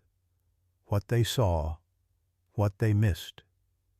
Dog lunging, Echo lying down. Girl reckless, girl unafraid. Crowd, panic, harmonica, calm, fear, trust. The list grew. Later that night, Evelyn stepped onto the porch. Rain had slowed to a drizzle. The cottonwood tree stood tall against the moonlight, and beneath it, Echo lay curled, tail tucked, but ears alert. She sighed and whispered, "You've got her fire. God help us." Inside, Arya recorded the first video. No edits, no background music, just her voice, soft and steady, reading from her mother's journal. The camera stayed on Echo, who watched her with those amber eyes that didn't blink often but never missed a thing. The final frame held her words. "Silence isn't absence. Sometimes it's trust waiting to be heard. By dawn, the video had 327 views. By noon, 12,000. By evening, someone had posted it on the same site that carried Voss's first article with the headline, "The Girl Who Didn't Command, She Listened." And just like that, the fire had something to burn against. The rain returned 3 days later, not in sheets or thunder, but in that soft, cold way that soaked through denim and memory alike. It fell steady, like someone whispering the same sentence again and again, hoping this time someone would understand. Arya sat on the porch swing with a blanket draped over her shoulders and her knees pulled close. A book sat closed in her lap, her hand resting atop it, not reading, not thinking, just waiting. She had learned that sometimes stillness said more than words ever could. Down the long gravel road leading to the ranch, a truck came into view. It was an old green Ford, its wipers brushing away the world in slow, uneven arcs. The wheels crackled against the wet stones as it pulled into the driveway and stopped by the barn. The engine cut. A moment passed before the driver's door opened. A woman in scrubs stepped out, tall and weary, her hair in a bun, her eyes tired the way people got when they'd seen too much and had no words left to tell it. Clara appeared beside Arya with an umbrella already open. "That's Maggie Heller, runs the emergency shelter up north." They both watched as Maggie circled to the back of the truck and unlatched the crate. Rain pattered on the roof, soft as breath. And then they saw him. He was small, lean, black and white, his coat patchy and clumped from rain and neglect. A border collie, but older than expected. His eyes were dulled, not by age, but by something else, something harder to fix. He didn't bark, didn't growl, just stood there in the crate, silent and trembling like something torn loose from its own name. Maggie called out over the rain, "His name's Slate, we think. Came from a seizure case backyard hoarder, 23 dogs. He was the last one they caught. Took them 4 days." Clara nodded. "Thanks, Maggie. We've got space." Maggie hesitated, her eyes shifting to Arya, then to the field behind the house. "You sure?" Clara just nodded once. "Let's try." They didn't carry him, didn't pull or drag or coax with food. Maggie simply unlatched the crate door and stepped back, letting the rain say whatever it needed to say. It took 10 minutes. 10 minutes of nothing. And then, without warning, Slate stepped out slowly, carefully, like the ground might vanish beneath him. He blinked against the drizzle, his ears twitching with each gust of wind. He didn't look at the humans. He looked past them, toward the cottonwood tree. Echo had been watching. From the edge of the porch, where the steps met the mud, his paws muddy but still, his amber eyes locked on the newcomer, not threatening, not staring, just noticing. He stepped off the porch, one slow stride. Then another. Slate froze, his body rigid, head lowered as if expecting a blow. Echo paused 10 feet away, lowered his head. Then he lay down in the mud. No sound, no growl, just presence, the kind that didn't ask for trust. It offered it first. Arya stood now, but she didn't speak, didn't move. She let the moment breathe. She remembered her mother's words. Sometimes the best way to invite someone in is to not ask them anything at all. Slate stared at Echo. His tail was curled tight, his frame gaunt, rib bones visible beneath soaked fur. But he didn't back away, didn't run. One hesitant step forward, then another. He stopped within a foot of Echo, who hadn't moved, Then, slowly, painfully, Slate lay down, side by side. Two dogs, no commands, just mud, rain, and whatever lived in the space between pain and healing. Maggie whispered behind them, "I've never seen him do that." Clara just nodded, her voice hushed. "It's not training, it's knowing." She turned to Arya. "It begins now." Arya didn't reply. She was watching Echo, watching Slate, watching what it meant to be patient enough to let someone be broken in peace. That night, the porch light stayed on longer than usual. Slate didn't try to come inside.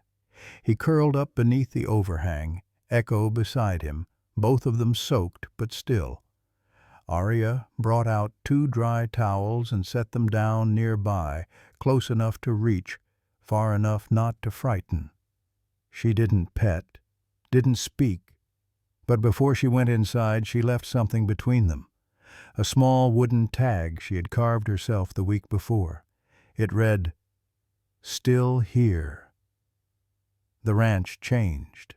Not with noise or signs or ceremony, but in the quiet way a scar becomes part of the skin. No ribbon cuttings, no press, just a dirt path smoothed by tire treads and paw prints, just more crates, more stories that no one knew how to tell.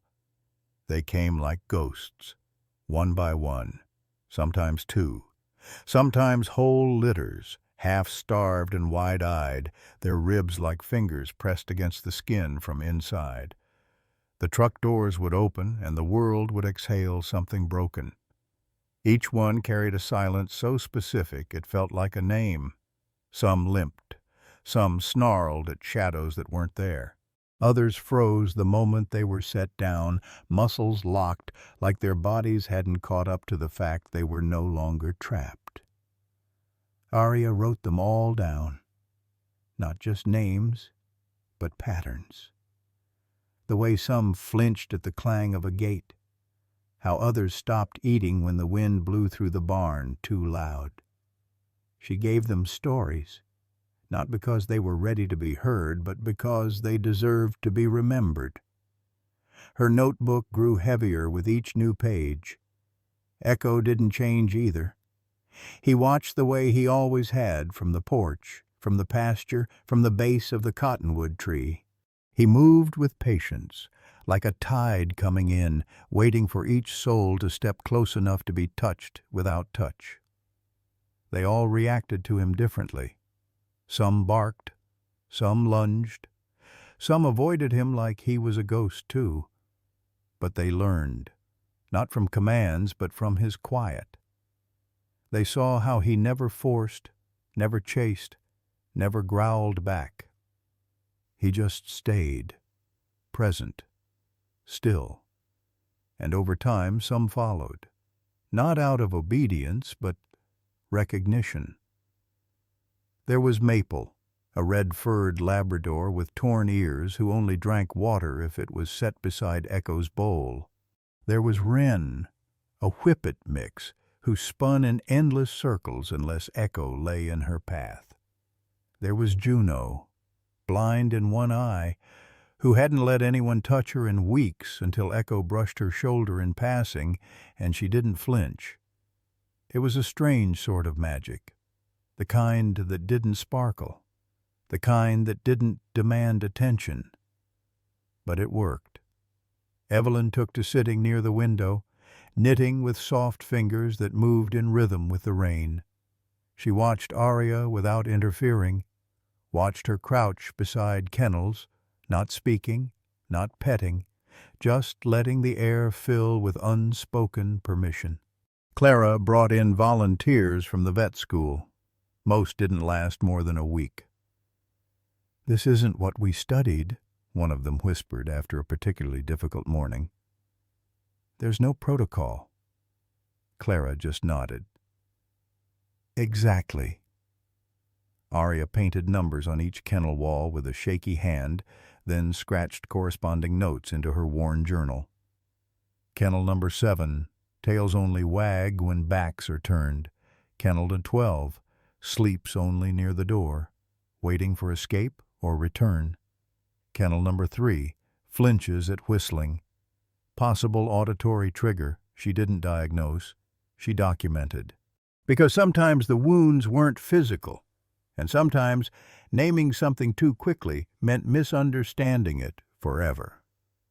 One morning, a pup with a broken paw arrived, wrapped in an old dish towel. Its name tag had been scratched out, just a blank, rusty ring where identity used to be. Echo approached him slowly, didn't sniff, didn't touch, just lay down beside the crate and waited. It took 2 hours before the pup inched out. By then, Aria had already scribbled a note in her book.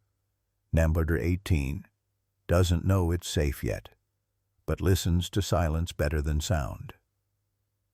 And so the days became rhythm. Rain, sun, new arrivals, whispers, sawdust and old blankets, Echo and Aria, stillness and scars, a parade of ghosts, not marching, but surviving. The barn had once held cattle. Now it held possibility. Its beams, once dark with the weight of livestock and time, were stripped back to bare wood. Evelyn moved slowly through the dust, her hands calloused, her breath even, as she guided the wheelbarrow full of old straw out into the light. The smell of hay still lingered, mingling with the faintest scent of antiseptic Clara had started laying down by the eastern wall. "It's not perfect," Clara said, eyeing the repurposed space. "But healing rarely needs sterile, just steady." The clinic took shape in pieces. An old metal exam table salvaged from the closed-down clinic in Redwood, shelves lined with jars that once held peach preserves, now filled with cotton, gauze, and soft bandages. A tin coffee can was repurposed for used syringes. Aria swept out the corners without being asked. She didn't speak much these days, didn't need to. The dogs understood her rhythm better than the volunteers ever did. She moved like trust itself, slowly, deliberately, never cutting corners or raising her voice. That morning she found a discarded whiteboard tucked behind the old grain closet. The surface was scratched, yellowing around the edges, but it still held on to words like it was waiting for someone to tell the truth. She cleaned it with an old rag, then picked up a black marker and wrote with all the gravity of a vow, no yelling, no forcing, no clocks. That was it. That was the start. They didn't call it a sanctuary, not yet. It was just a place. A place where dogs with broken spirits weren't told to hurry up and get better. A place where nobody barked commands or demanded sit, stay, heal. Clara leaned over a limping shepherd one afternoon and murmured, "Healing's not a trick you perform. It's a memory you grow back into." Aria didn't reply, but later that night she copied the words down into her notebook in neat block letters. She added it to a growing list of phrases she titled "Things That Aren't in Training Manuals." Evelyn transformed the loft space into storage and rest quarters. She found old quilts, mended them by hand, folded them at the foot of each cot as if the dogs themselves might use them. "These animals don't need handlers," she told Clara once, her voice firm. "They need witnesses." Clara just nodded. There were no uniforms here, no whistles, no cages unless absolutely necessary, and even then, only if the dog chose it.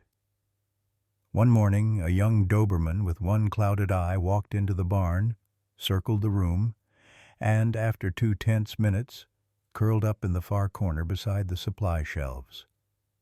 No one said a word. They let him decide what safety looked like. The whiteboard became a living document. Aria added rules in red ink. Talk soft, move slower, earn eye contact, trust can't be scheduled. She underlined that last one 3 times.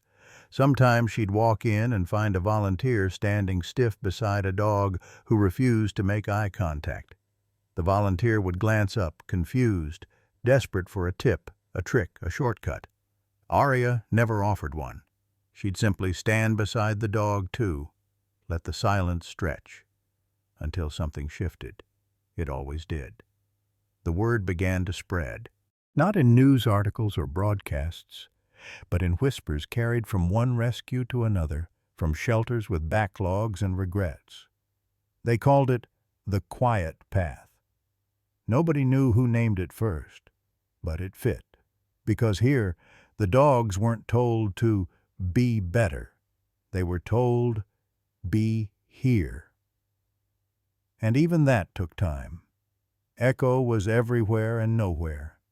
He rarely entered the barn, but when he did so like wind through grass, just enough to rustle presence, never enough to demand it. He'd nudge a food bowl closer to a pup too scared to stand. He'd press his shoulder into a trembling mutt's side and stay until the shaking stopped. No one trained him to do it. He just knew. That evening, as the sun stretched amber light across the dirt, Aria stood in front of the whiteboard again.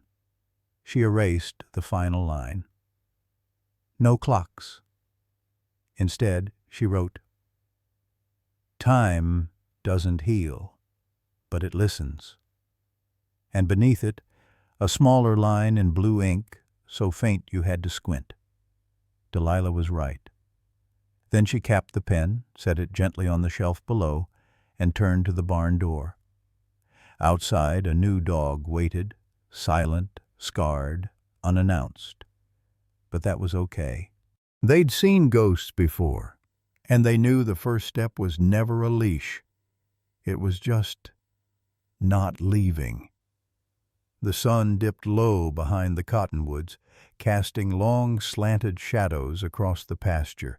The air smelled of dry hay and coming rain. Somewhere near the barn, a cricket struck up its solitary song. Aria sat alone on the porch steps, her knees pulled to her chest, a worn fleece blanket wrapped around her shoulders like armor. She didn't speak. She didn't hum. The harmonica lay untouched beside her in the grass. Silence had become her native language now.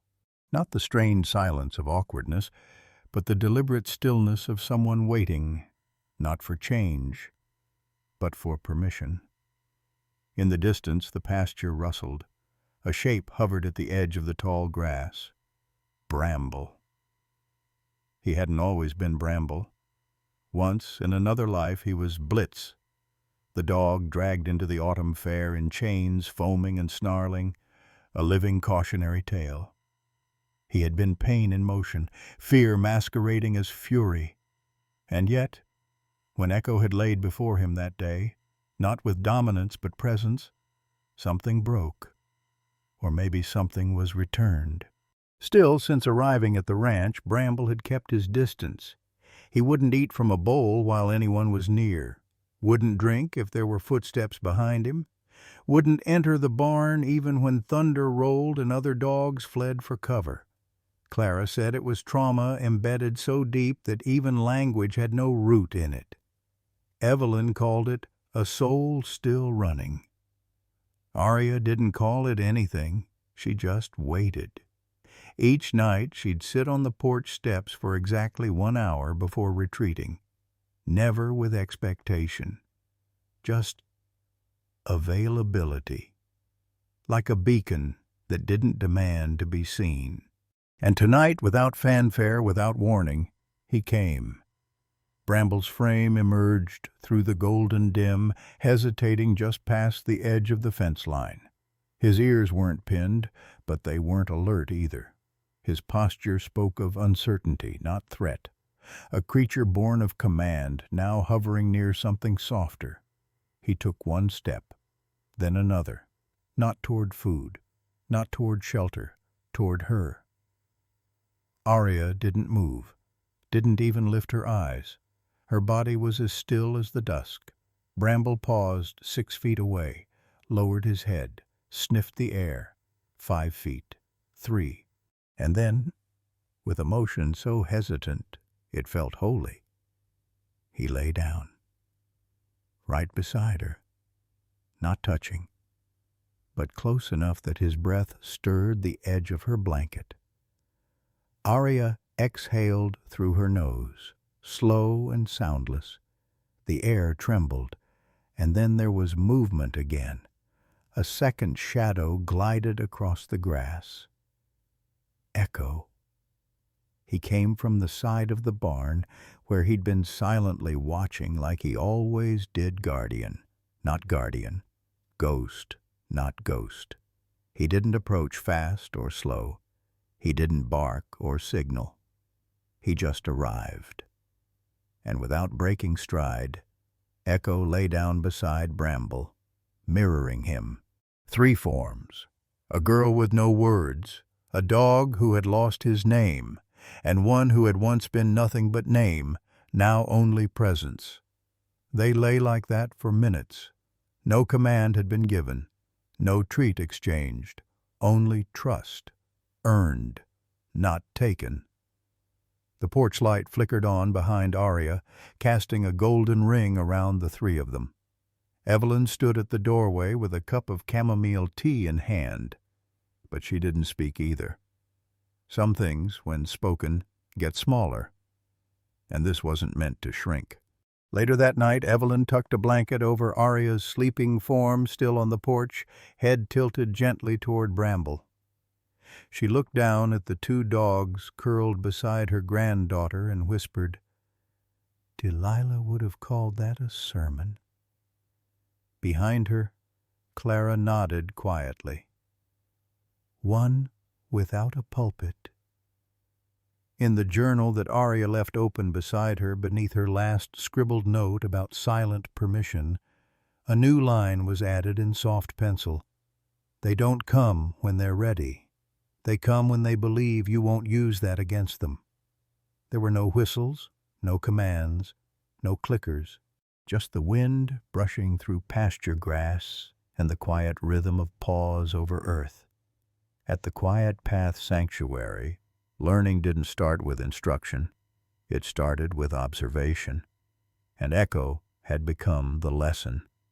He wasn't trained for this, at least not in the conventional sense. No badge, no leash, no applause, just history etched into his movement, his silences, his choice to stay. The new arrivals had doubled since Bramble. Some came with their ribs showing, some with growls permanently stitched into their throats. Others simply stared into nothing, as if what had broken them had also buried them. And yet each morning Echo would walk among them like a living contradiction, both part of the pack and somehow still outside it. He didn't sniff first like the others, didn't assert, dominate, correct. Instead, he'd stand at a distance just enough for the dog to see him, not enough to threaten. He'd crouch low, lower, then lie down fully, eyes level, breath steady, still, and he'd wait, sometimes for seconds, sometimes longer, until the trembling stopped, until one paw inched forward, until the broken one moved just slightly, just enough to mirror him. Then Echo would rise, slow and sure, and walk away. He never looked back, but the dog almost always followed.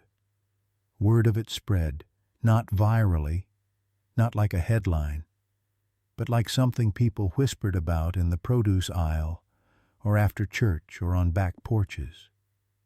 "You have to see him," they'd say. "Not just the dog what he does." So they came. A retired librarian who brought peanut butter biscuits she never offered, a teenager with autism who didn't speak much but kept sketching Echo's face in a spiral notebook, a firefighter with burn scars on both arms who'd never owned a dog but kept showing up with bags of kibble he never claimed. And then the local middle school science teacher, who stood by the fence 3 days in a row before finally stepping inside and saying softly, "I'd just like to watch. Is that all right?" Arya, now comfortable in the quiet authority she never asked for, had nodded. Watching is where everything starts. The volunteers didn't try to pet. They didn't call the dogs by name. They just began to mirror what Echo taught: presence, posture, patience. No one gave them those words, but somehow everyone felt them. One morning, Echo led the newcomers out to the far field. It had rained the night before, leaving the soil soft beneath their paws. The fog was still lifting, like a veil reluctant to let go. Echo stopped near a patch of clover. A young dog, barely out of puppyhood but already bearing the weight of something old in its eyes, stood frozen nearby. His ribs were visible beneath patchy fur, and his tail had a twitch to it, like it had forgotten what resting meant. Echo approached diagonally, not directly. He didn't make eye contact, didn't hurry. He curved gently into the young dog's periphery. Then, just as before, he lay down. Arya and the volunteers stood at the fence in silence. You could hear the wind shift. The young dog trembled, but stayed. Echo didn't move. Not a blink. Not a sigh.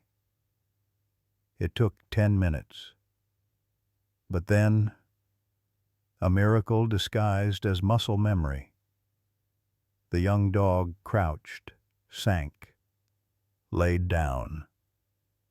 Echo rose, walked away. The dog remained. A heartbeat later, he followed. A middle-aged man at the fence exhaled sharply. "I've trained bomb dogs," he whispered, voice rough like gravel. "But I've never seen anything like that." Arya smiled softly, never taking her eyes off the pair. "That's because Echo doesn't train. He reminds." Later that afternoon, someone placed a wooden sign near the barn's entrance. Not a proclamation, more like a proverb. Ghosts become teachers when we stop asking them to forget. Arya didn't ask who wrote it. She just placed a small harmonica beneath it. Not to be played, just to remind them all. Sometimes the loudest voices are the ones that never speak. The ranch had never smelled like paper before. But now, when the wind passed through the northeast room of the main house, what used to be Evelyn's sewing room, it carried the scent of worn leather bindings, ink faded with time, and something else beneath it: memory. Arya sat cross-legged on the wooden floor, surrounded by stacks of her mother's journals. Some were fragile and yellowed, pages curling like leaves caught in the wind. Others were newer, half-filled notebooks Delilah had kept in her final years, with passages underlined in blue and a single pressed dandelion tucked between 2 pages labeled "Behavior Through Stillness." She had spent the better part of 2 weeks sorting, transcribing, cataloging, not for school, not for anyone else's approval. Just so it wouldn't disappear. Not again. Evelyn helped her build the shelves. Clara donated a worn chalkboard. And one of the volunteers, a quiet man named Jonah, offered an old file cabinet from the town's shuttered library. It fit perfectly in the corner, like it had been waiting for this second life. Above the doorway, Arya hung a wooden sign she carved herself: "Delilah's Quiet Room." No capital letters, no grandeur, just reverence. The room became something between a library and a chapel. People didn't speak loudly inside. Some didn't speak at all. They'd come to browse old notes about fear responses or how trauma hardens into mistrust. But most stayed for the underlined parts, the things Delilah had scribbled in the margins. Wait for them where they are. Touch comes last. Trust is never owned. It is borrowed. Aria knew these lines by heart now. They weren't theories to her. They were instructions for survival. Outside, the ranch hummed with new life. Under Clara's guidance, vet students from a nearby university began visiting once a week. They didn't come with textbooks or stethoscopes at first. They came to sit. "Observe first," Clara would say, sipping tea on the porch, "because no animal is a specimen. They're storytellers who've stopped speaking. And you're not here to fix, you're here to listen." It wasn't long before Clara started letting Aria take the lead on some sessions, not because she had all the answers, but because she knew something the students hadn't learned yet, the cadence of trust in real time. That afternoon, Aria sat in the grass, her boots dusty, hair pulled back with a bandana Evelyn used to wear when gardening. Around her lay 5 dogs in various stages of relaxation, some sprawled, some curled tight, one with its eyes half open. The students circled from a distance. No one had a clipboard, only notebooks and careful eyes. Aria didn't raise her voice. She never did. Instead, she spoke like the wind had to carry her words gently, or they'd break. "You'll want to name their fears," she said. "You'll want to define what caused it. But sometimes the truth's not what happened. It's what kept happening." A brindled shepherd beside her lifted its head, blinked once, then rested again. Aria's hand stayed still on the grass. "You can't outpace mistrust. You have to walk behind it until it turns around." She glanced toward Echo in the distance. He was lying beside Bramble again, just near enough to matter, just far enough not to overwhelm. One student raised a hesitant hand. "How do you know when it's working?" Aria looked down at her own notebook. A quote from her mother's last entry was scrawled across the page. "You'll know when they fall asleep near you with both eyes closed."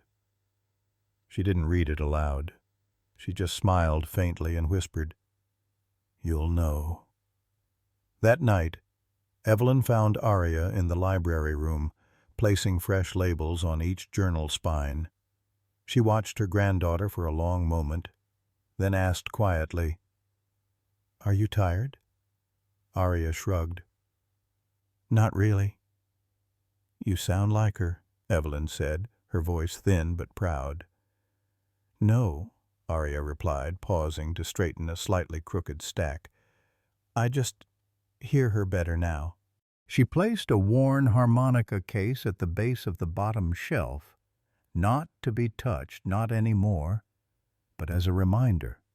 And beside it she added a simple placard. "This isn't a rescue center. It's a remembering place." The gate had stood open for months now. 2 weathered wooden posts and a sagging wire fence that had once kept in cattle, back when the ranch was still called Hayes Farm, on faded envelopes and tax records. But no one remembered it that way anymore. Not since the dogs came. Not since he came. Echo lay under the cottonwood as usual, his chin resting atop his outstretched paws. Though older now, grayer at the muzzle, there was a new calm in him. Something quiet, something anchored.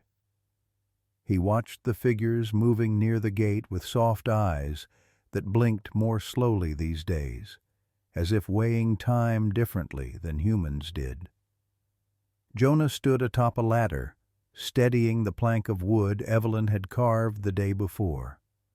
Aria held the bottom, her hands chalked with sawdust, her shirt streaked with dirt, and the pink paint she refused to let anyone else mix. "What do you think?" Jonah asked, nodding toward the letters burned into the grain. Aria took a step back. "And read it aloud. The Quiet Path Sanctuary." The words weren't centered like a professional sign would be. They dipped slightly at the end, like a gentle slope leading home, but they were theirs. Underneath, in smaller lettering, carved in her own hesitant hand, "In honor of Delilah Quinn." She listened first. No applause, just silence, the kind that carried weight. Evelyn stepped beside Aria, her hands in the pockets of her cardigan. She didn't speak, just exhaled in that way older people do when something buried deep inside finally comes to rest. She would have hated the attention, Evelyn murmured, eyes fixed on the plaque. She also would have checked it for spelling errors, Aria added, a small, uneven smile on her face.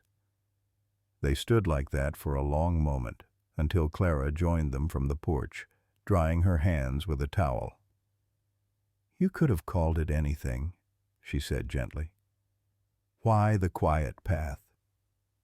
Aria looked toward the pastures where Bramble was lying beside Slate, both watching a new pup, barely 6 months old, trying to dig under a fence post with great drama and little success. "Because healing isn't loud," Aria said, "and it doesn't come in straight lines." She reached out and touched the rough edge of the sign. "It's walked, not forced." By afternoon, the volunteers arrived. One brought baked bread, another brought books for the shelf in the quiet room. Someone else hung wind chimes made of old spoons and bottle caps. They clinked gently with the breeze. A young boy, maybe 10, stood beneath the new gate with his mother, his hand gripped tightly in hers. His own dog, rescued 2 weeks prior, stood behind him, wary but curious. The boy pointed to the sign and asked, "What's a sanctuary?" Aria knelt beside him. "It's a place where no one expects you to be fixed," she said. "Just safe." That night, under a sky smeared with stars and pine smoke, Aria walked to the gate alone.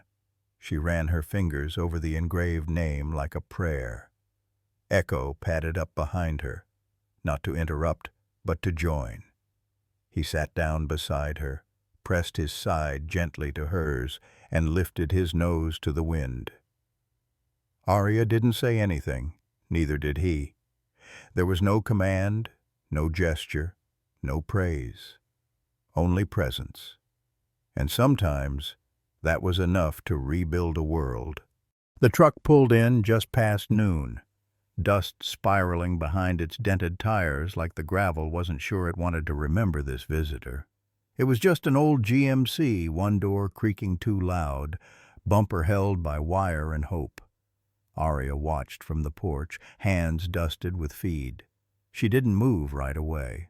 Echo, resting beneath the cottonwood, lifted his head, not to bark, just to watch. The driver stepped out, faded jacket, sun-washed jeans, boots worn thin.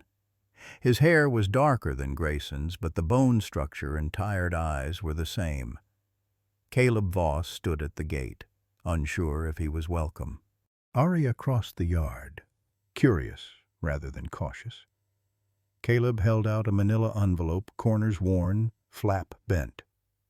"He wrote it before the stroke," Caleb said, voice rough with truths swallowed too long. Aria took it. It felt heavier than it should. "What is it?" "A ledger, sort of. Records my father kept. But this one's different. It's about you." They sat on the bench beneath the porch awning. Evelyn brought water. Clara watched from the barn. Aria slid the envelope open. Inside, pages. Handwritten, ink trembling in places. The first line, "To the girl with the quiet eyes." Caleb stared at the pasture. "My father wasn't a kind man, but near the end, something changed. He wouldn't admit it, but I think he finally heard himself." Aria turned the page. Stories of Blitz, Echo, trials that weren't tests, but punishments. And of a child Grayson met Delilah. She told me the dogs didn't need to be taught courage, only permission to feel safe. "You knew my mother?" Arya asked. "No, but I know who she was. She left fingerprints no one saw. Not even my father." They didn't finish that day. Some wounds don't close in one sitting. As the sun dipped, Caleb left a photo. Delilah and Grayson, younger, at odds. Her hand rested on a shepherd's head, unnamed, quiet, watchful. "Echo's not the first," Caleb said, "but maybe he'll be the last." Then he left, no thanks sought, no forgiveness asked. That night, by lantern, Arya read. Echo lay beside her. The envelope smelled of cedar and old tobacco. The letter inside began, "To the daughter of the only person I ever truly feared and respected." Grayson wrote of Delilah dismantling a decade of theories with silence. I realized I hadn't earned trust, only demanded it. Clara entered quietly as Arya read aloud. I told myself structure mattered more than empathy. Pain made them sharper. I built an empire on that lie, but your mother didn't bury her conscience. When she left, I thought I'd won, until I saw you. He described Arya with Ghost, the dog he labeled untrainable, and he sat, not because he had to, because he chose to. I'd lost the chance to understand what love without control could do. No forgiveness asked, just a deed enclosed 14.2 acres, the meadow gifted to them. Use it for the ones I broke. Let silence, when it listens, become healing. Outside, twilight settled. Arya pressed the letter to her chest. Echo nudged open the door, stepping onto the porch like he already knew. The next morning, Evelyn unlatched the fence. She would have wanted this land free. Arya and Echo walked into the meadow. No paths, just those the wind had made. At a splintered post, she crouched, resting a hand on it.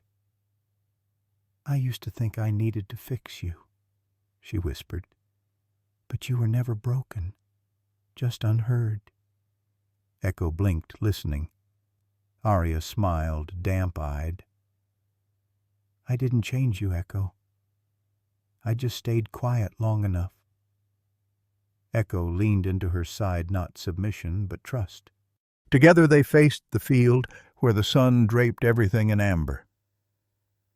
"I want them to walk here. The scared ones.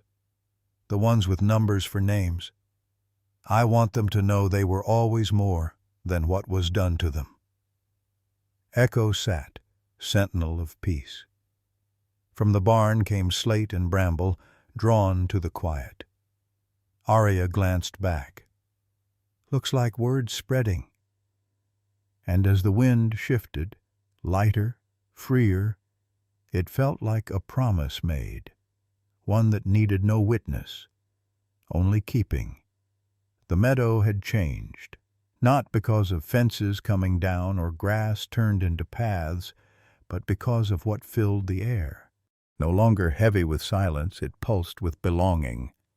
At the heart of it all ran the young ones, tiny paws scrambling through wildflowers, clumsy and curious.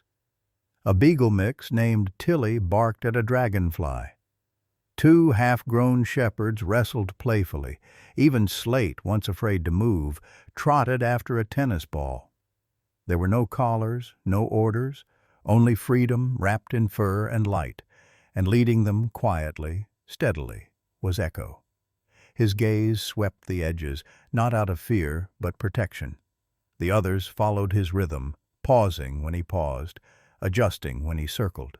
Echo was no longer the shadow at the edge of a cage. He was who they turned to when the wind startled the grass or when the sky rumbled. Arya watched from a weathered bench under the cottonwood. the same place she once sat with a notebook full of questions. Her harmonica lay beside her, untouched. Today, the meadow played its own music. Evelyn snapped green beans nearby, pretending not to watch. Clara stood at the barn, half listening to vet interns, her eyes drawn to the dogs. "Remember when he wouldn't even step off the gravel?" Evelyn asked softly. Arya nodded. "I remember when he wouldn't meet my eyes." Silence settled between them, easy and full. One stubby-legged pup dashed toward Echo, full of confidence. Echo lowered himself, let the pup tumble into his chest, then gently nudged him back. It wasn't command, it was invitation. Arya's eyes stung, not with sadness or pride, but at witnessing healing in motion. "He's not a survivor anymore," she said quietly. "He's a shepherd." "Always was," Evelyn replied with a smile. "Just needed the right kind of flock." The dogs continued their dance of joy and instinct, and Echo moved steady as a current beneath the surface. That evening, Arya sat at the porch, watching the meadow glow gold in the late light. The harmonica hadn't been touched since the fair, since the applause faded. But tonight, something old stirred. She brushed the wooden case, carved with the name Delilah Quinn. Inside, 2 harmonicas, one newer, one older. Without thinking, she lifted the older one, the one with DQ etched into the metal. The first note trembled, memory caught in its tone. Echo rose and padded to her side, laying against her boot. Bramble came too, settling nearby. Even a small, scrappy rescue with a limp crept up and lay behind her, drawn to the music. The tune drifted uneven at first, then steady. Not the fair's melody, but something deeper. A song written between heartbeats and breath. Evelyn watched from the kitchen. Clara paused in the barn. Even the wind seemed to hush. It wasn't a performance. It was everything. Because no one ran. Because Echo stayed. Because Bramble chose. Because the broken pup lay close. And because Arya didn't cry. She just played. When the last note faded, the dogs didn't move. Silence settled, sacred and shared. Arya looked at Echo, who met her gaze. "Not the last song," she whispered. "Just the one that knew when to be quiet." Evening deepened. Evelyn settled into the rocking chair, once Delilah's, watching the girl at the meadow's heart. Arya sat beneath the cottonwood, Echo's head in her lap, Bramble near, pups playing softly. "She always said silence was another kind of music," Evelyn murmured. Clara once said grief changes pitch with age. Evelyn wasn't sure if that was true. But tonight, watching Arya move with Delilah's same calm, something loosened in her chest. Not grief, not peace, but forgiveness. "Delilah would have been proud," she said aloud. Arya didn't turn at first, then spoke gently. "She never left. She's in the way Echo listens, in the journals, in how Slate eats near people, in how Bramble lets the wind touch him. She's in the quiet." Evelyn's voice caught. "I should have told her more often." "You didn't have to," Arya said, stepping to the porch edge. She knew. The light hadn't gone. It had simply moved into different hands. They called it the Timber Hollow method. Not in town, of course. Around here, folks just called it what it was. Arya's way. The quiet path. But outside these fences, at universities, in therapy clinics, at police K-9 retraining units and youth centers across the country, it had taken on a new name. Something official. Something publishable. Documentaries were pitched. Academic papers cited it.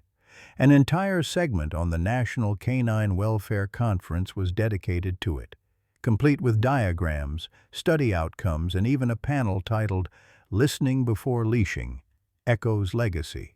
But if you asked Aria Quinn about any of it, she would simply shake her head. "I didn't invent anything," she said once to a volunteer who'd come from Chicago. "I just stayed quiet long enough to hear what they were already saying." She still didn't give interviews, still didn't do press. Reporters came, of course, lined up at the front gate, sometimes like tourists at a holy site. But Aria never opened the gate for cameras. She never wore makeup, never changed her clothes just for a lens. She just worked. Each morning, she walked the ridgeline with Echo, older now, slower, but no less present. The shepherd's steps had a kind of dignity that cameras couldn't capture. Not really. Not the way the grass bent for him. Not the way the other dogs waited before moving, like orchestra players watching the silent nod of a conductor. Aria taught the new volunteers the same way Delilah once taught her. Not through commands, but through patience, through presence, through demonstration. Some days, Clara would bring her vet students from the university. They would sit in the old barn-turned classroom, books on their laps, laptops forgotten.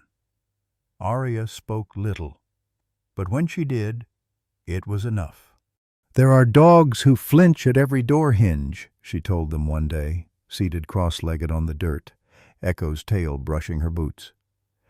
"There are dogs who haven't barked in years, not because they're quiet, but because no one ever answered them." The students scribbled furiously. Some cried. Elsewhere, things changed. Shelters added music rooms, not for humans, but for the animals. Harmonica tones, wind chimes, soft string instruments played on loop. Aria had shared a copy of one of Delilah's journals, just one, and it had become a cornerstone for new canine therapy models.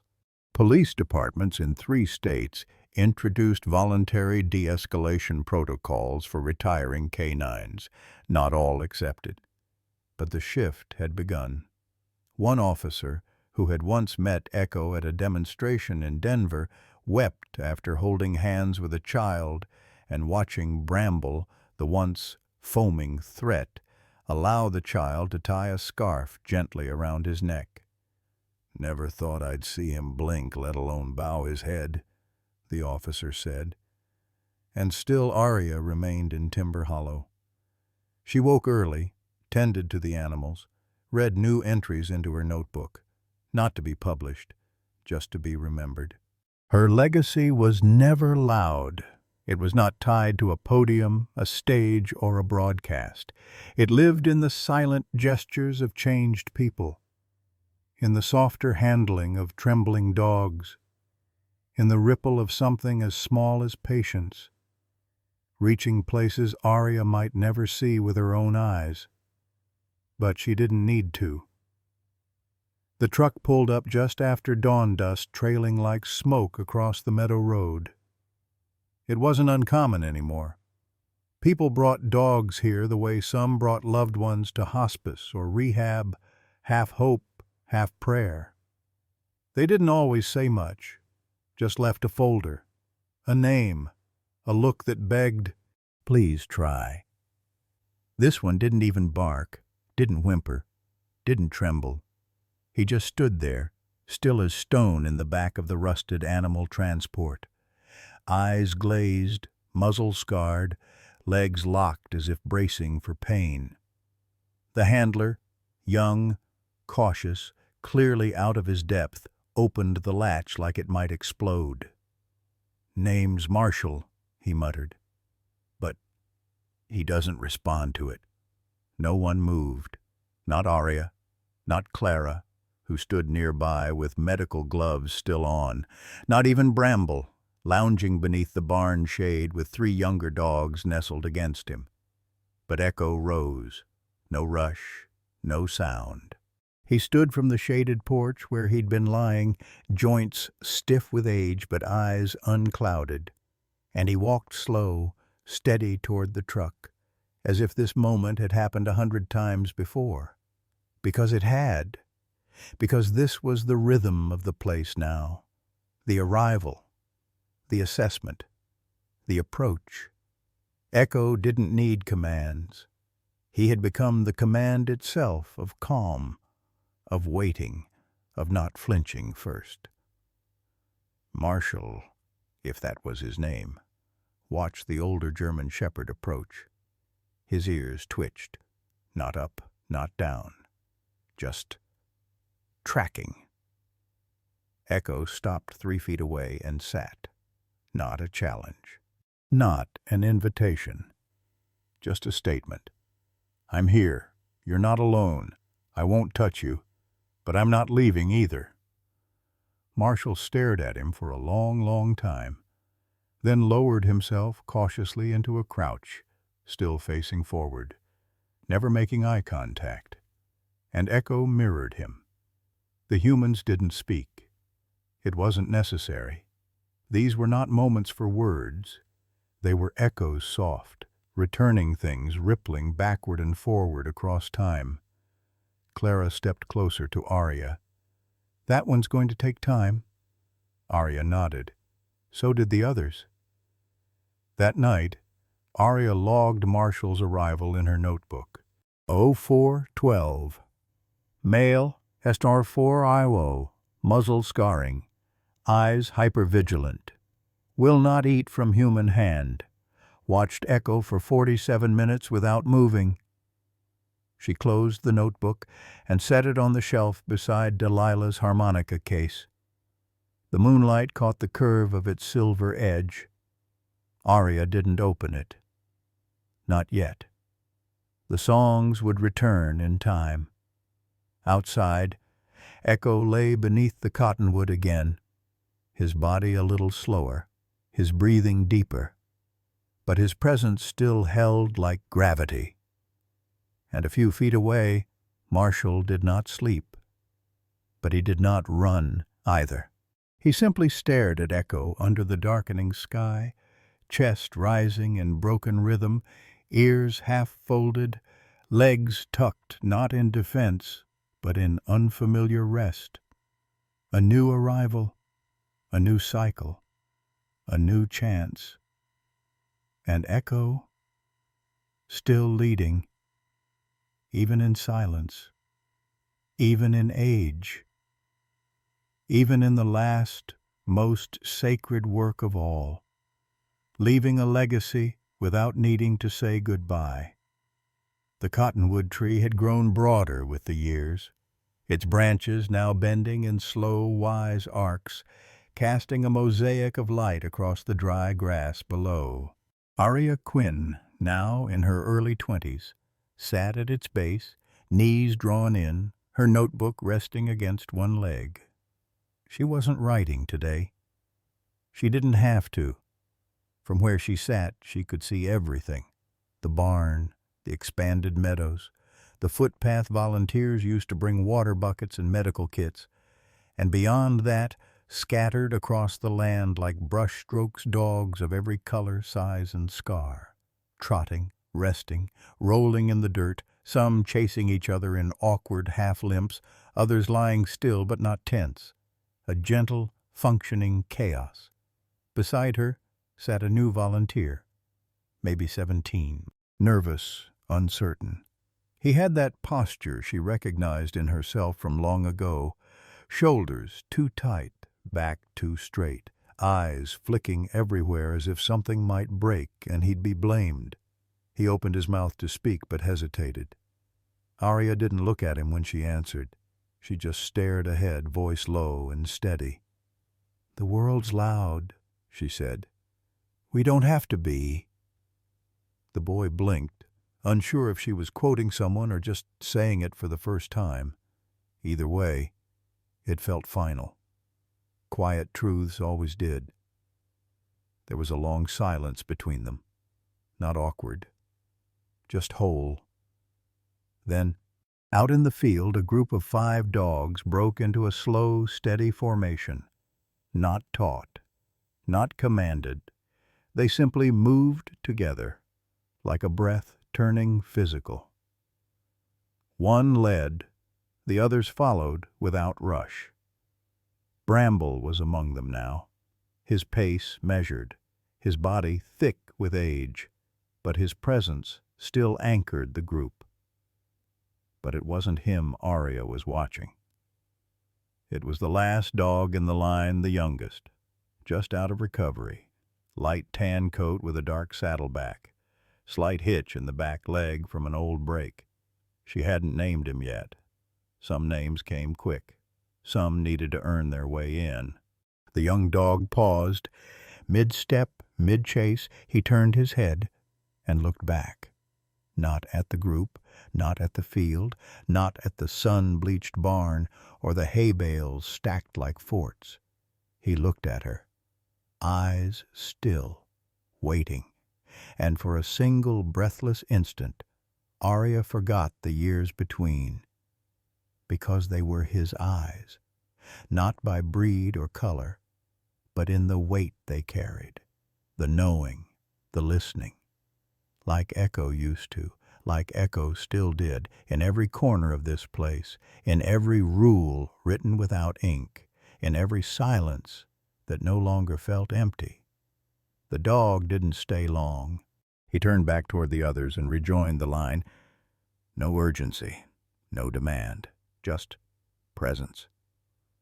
Arya let out a long breath, not quite a sigh, more like thanks. The young volunteer beside her leaned forward. Do they ever forget what happened to them? He asked softly. Arya shook her head. No, she said. They just stopped needing it to explain who they are.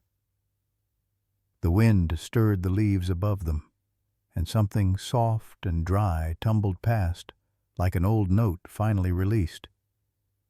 The boy smiled faintly. She didn't. Not quite. But her eyes softened. At her side, her fingers brushed against the worn metal edge of the harmonica in her pocket. She hadn't played it in months. But maybe she would tonight. The screen fades slowly to wide, over the sanctuary, over the walking dogs, over the carved sign at the gate half covered in ivy, the Quiet Path Sanctuary. In honor of Delilah Quinn, she listened first, and beneath the cottonwood Arya still does. In a world that often rushes to label, to control, and to silence what it doesn't understand, stories like Echoes remind us of something deeper, something quieter. Behind every growl, every flinch, every unspoken fear in the eyes of a broken dog is not a threat, but a memory waiting to be heard. And behind every patient hand, every silent moment of presence, lies the chance for trust to grow again. German shepherds like Echo are more than working dogs. They are guardians of memory, survivors of systems that forgot how to listen. This story is not just about healing one dog, it's about how compassion, patience, and presence can create sanctuaries for the soul, for both animals and people. The Quiet Path. Sanctuary teaches us that real strength lies not in domination, but in stillness. That love, when given without condition, transforms more than behavior, it restores dignity. Let us remember, not all healing requires a command. Sometimes it only needs someone to sit close, to wait, to say without words, I see you, you matter, you're safe. And maybe, just maybe, that's where true rescue begins, not with cages unlocked, but with hearts opened.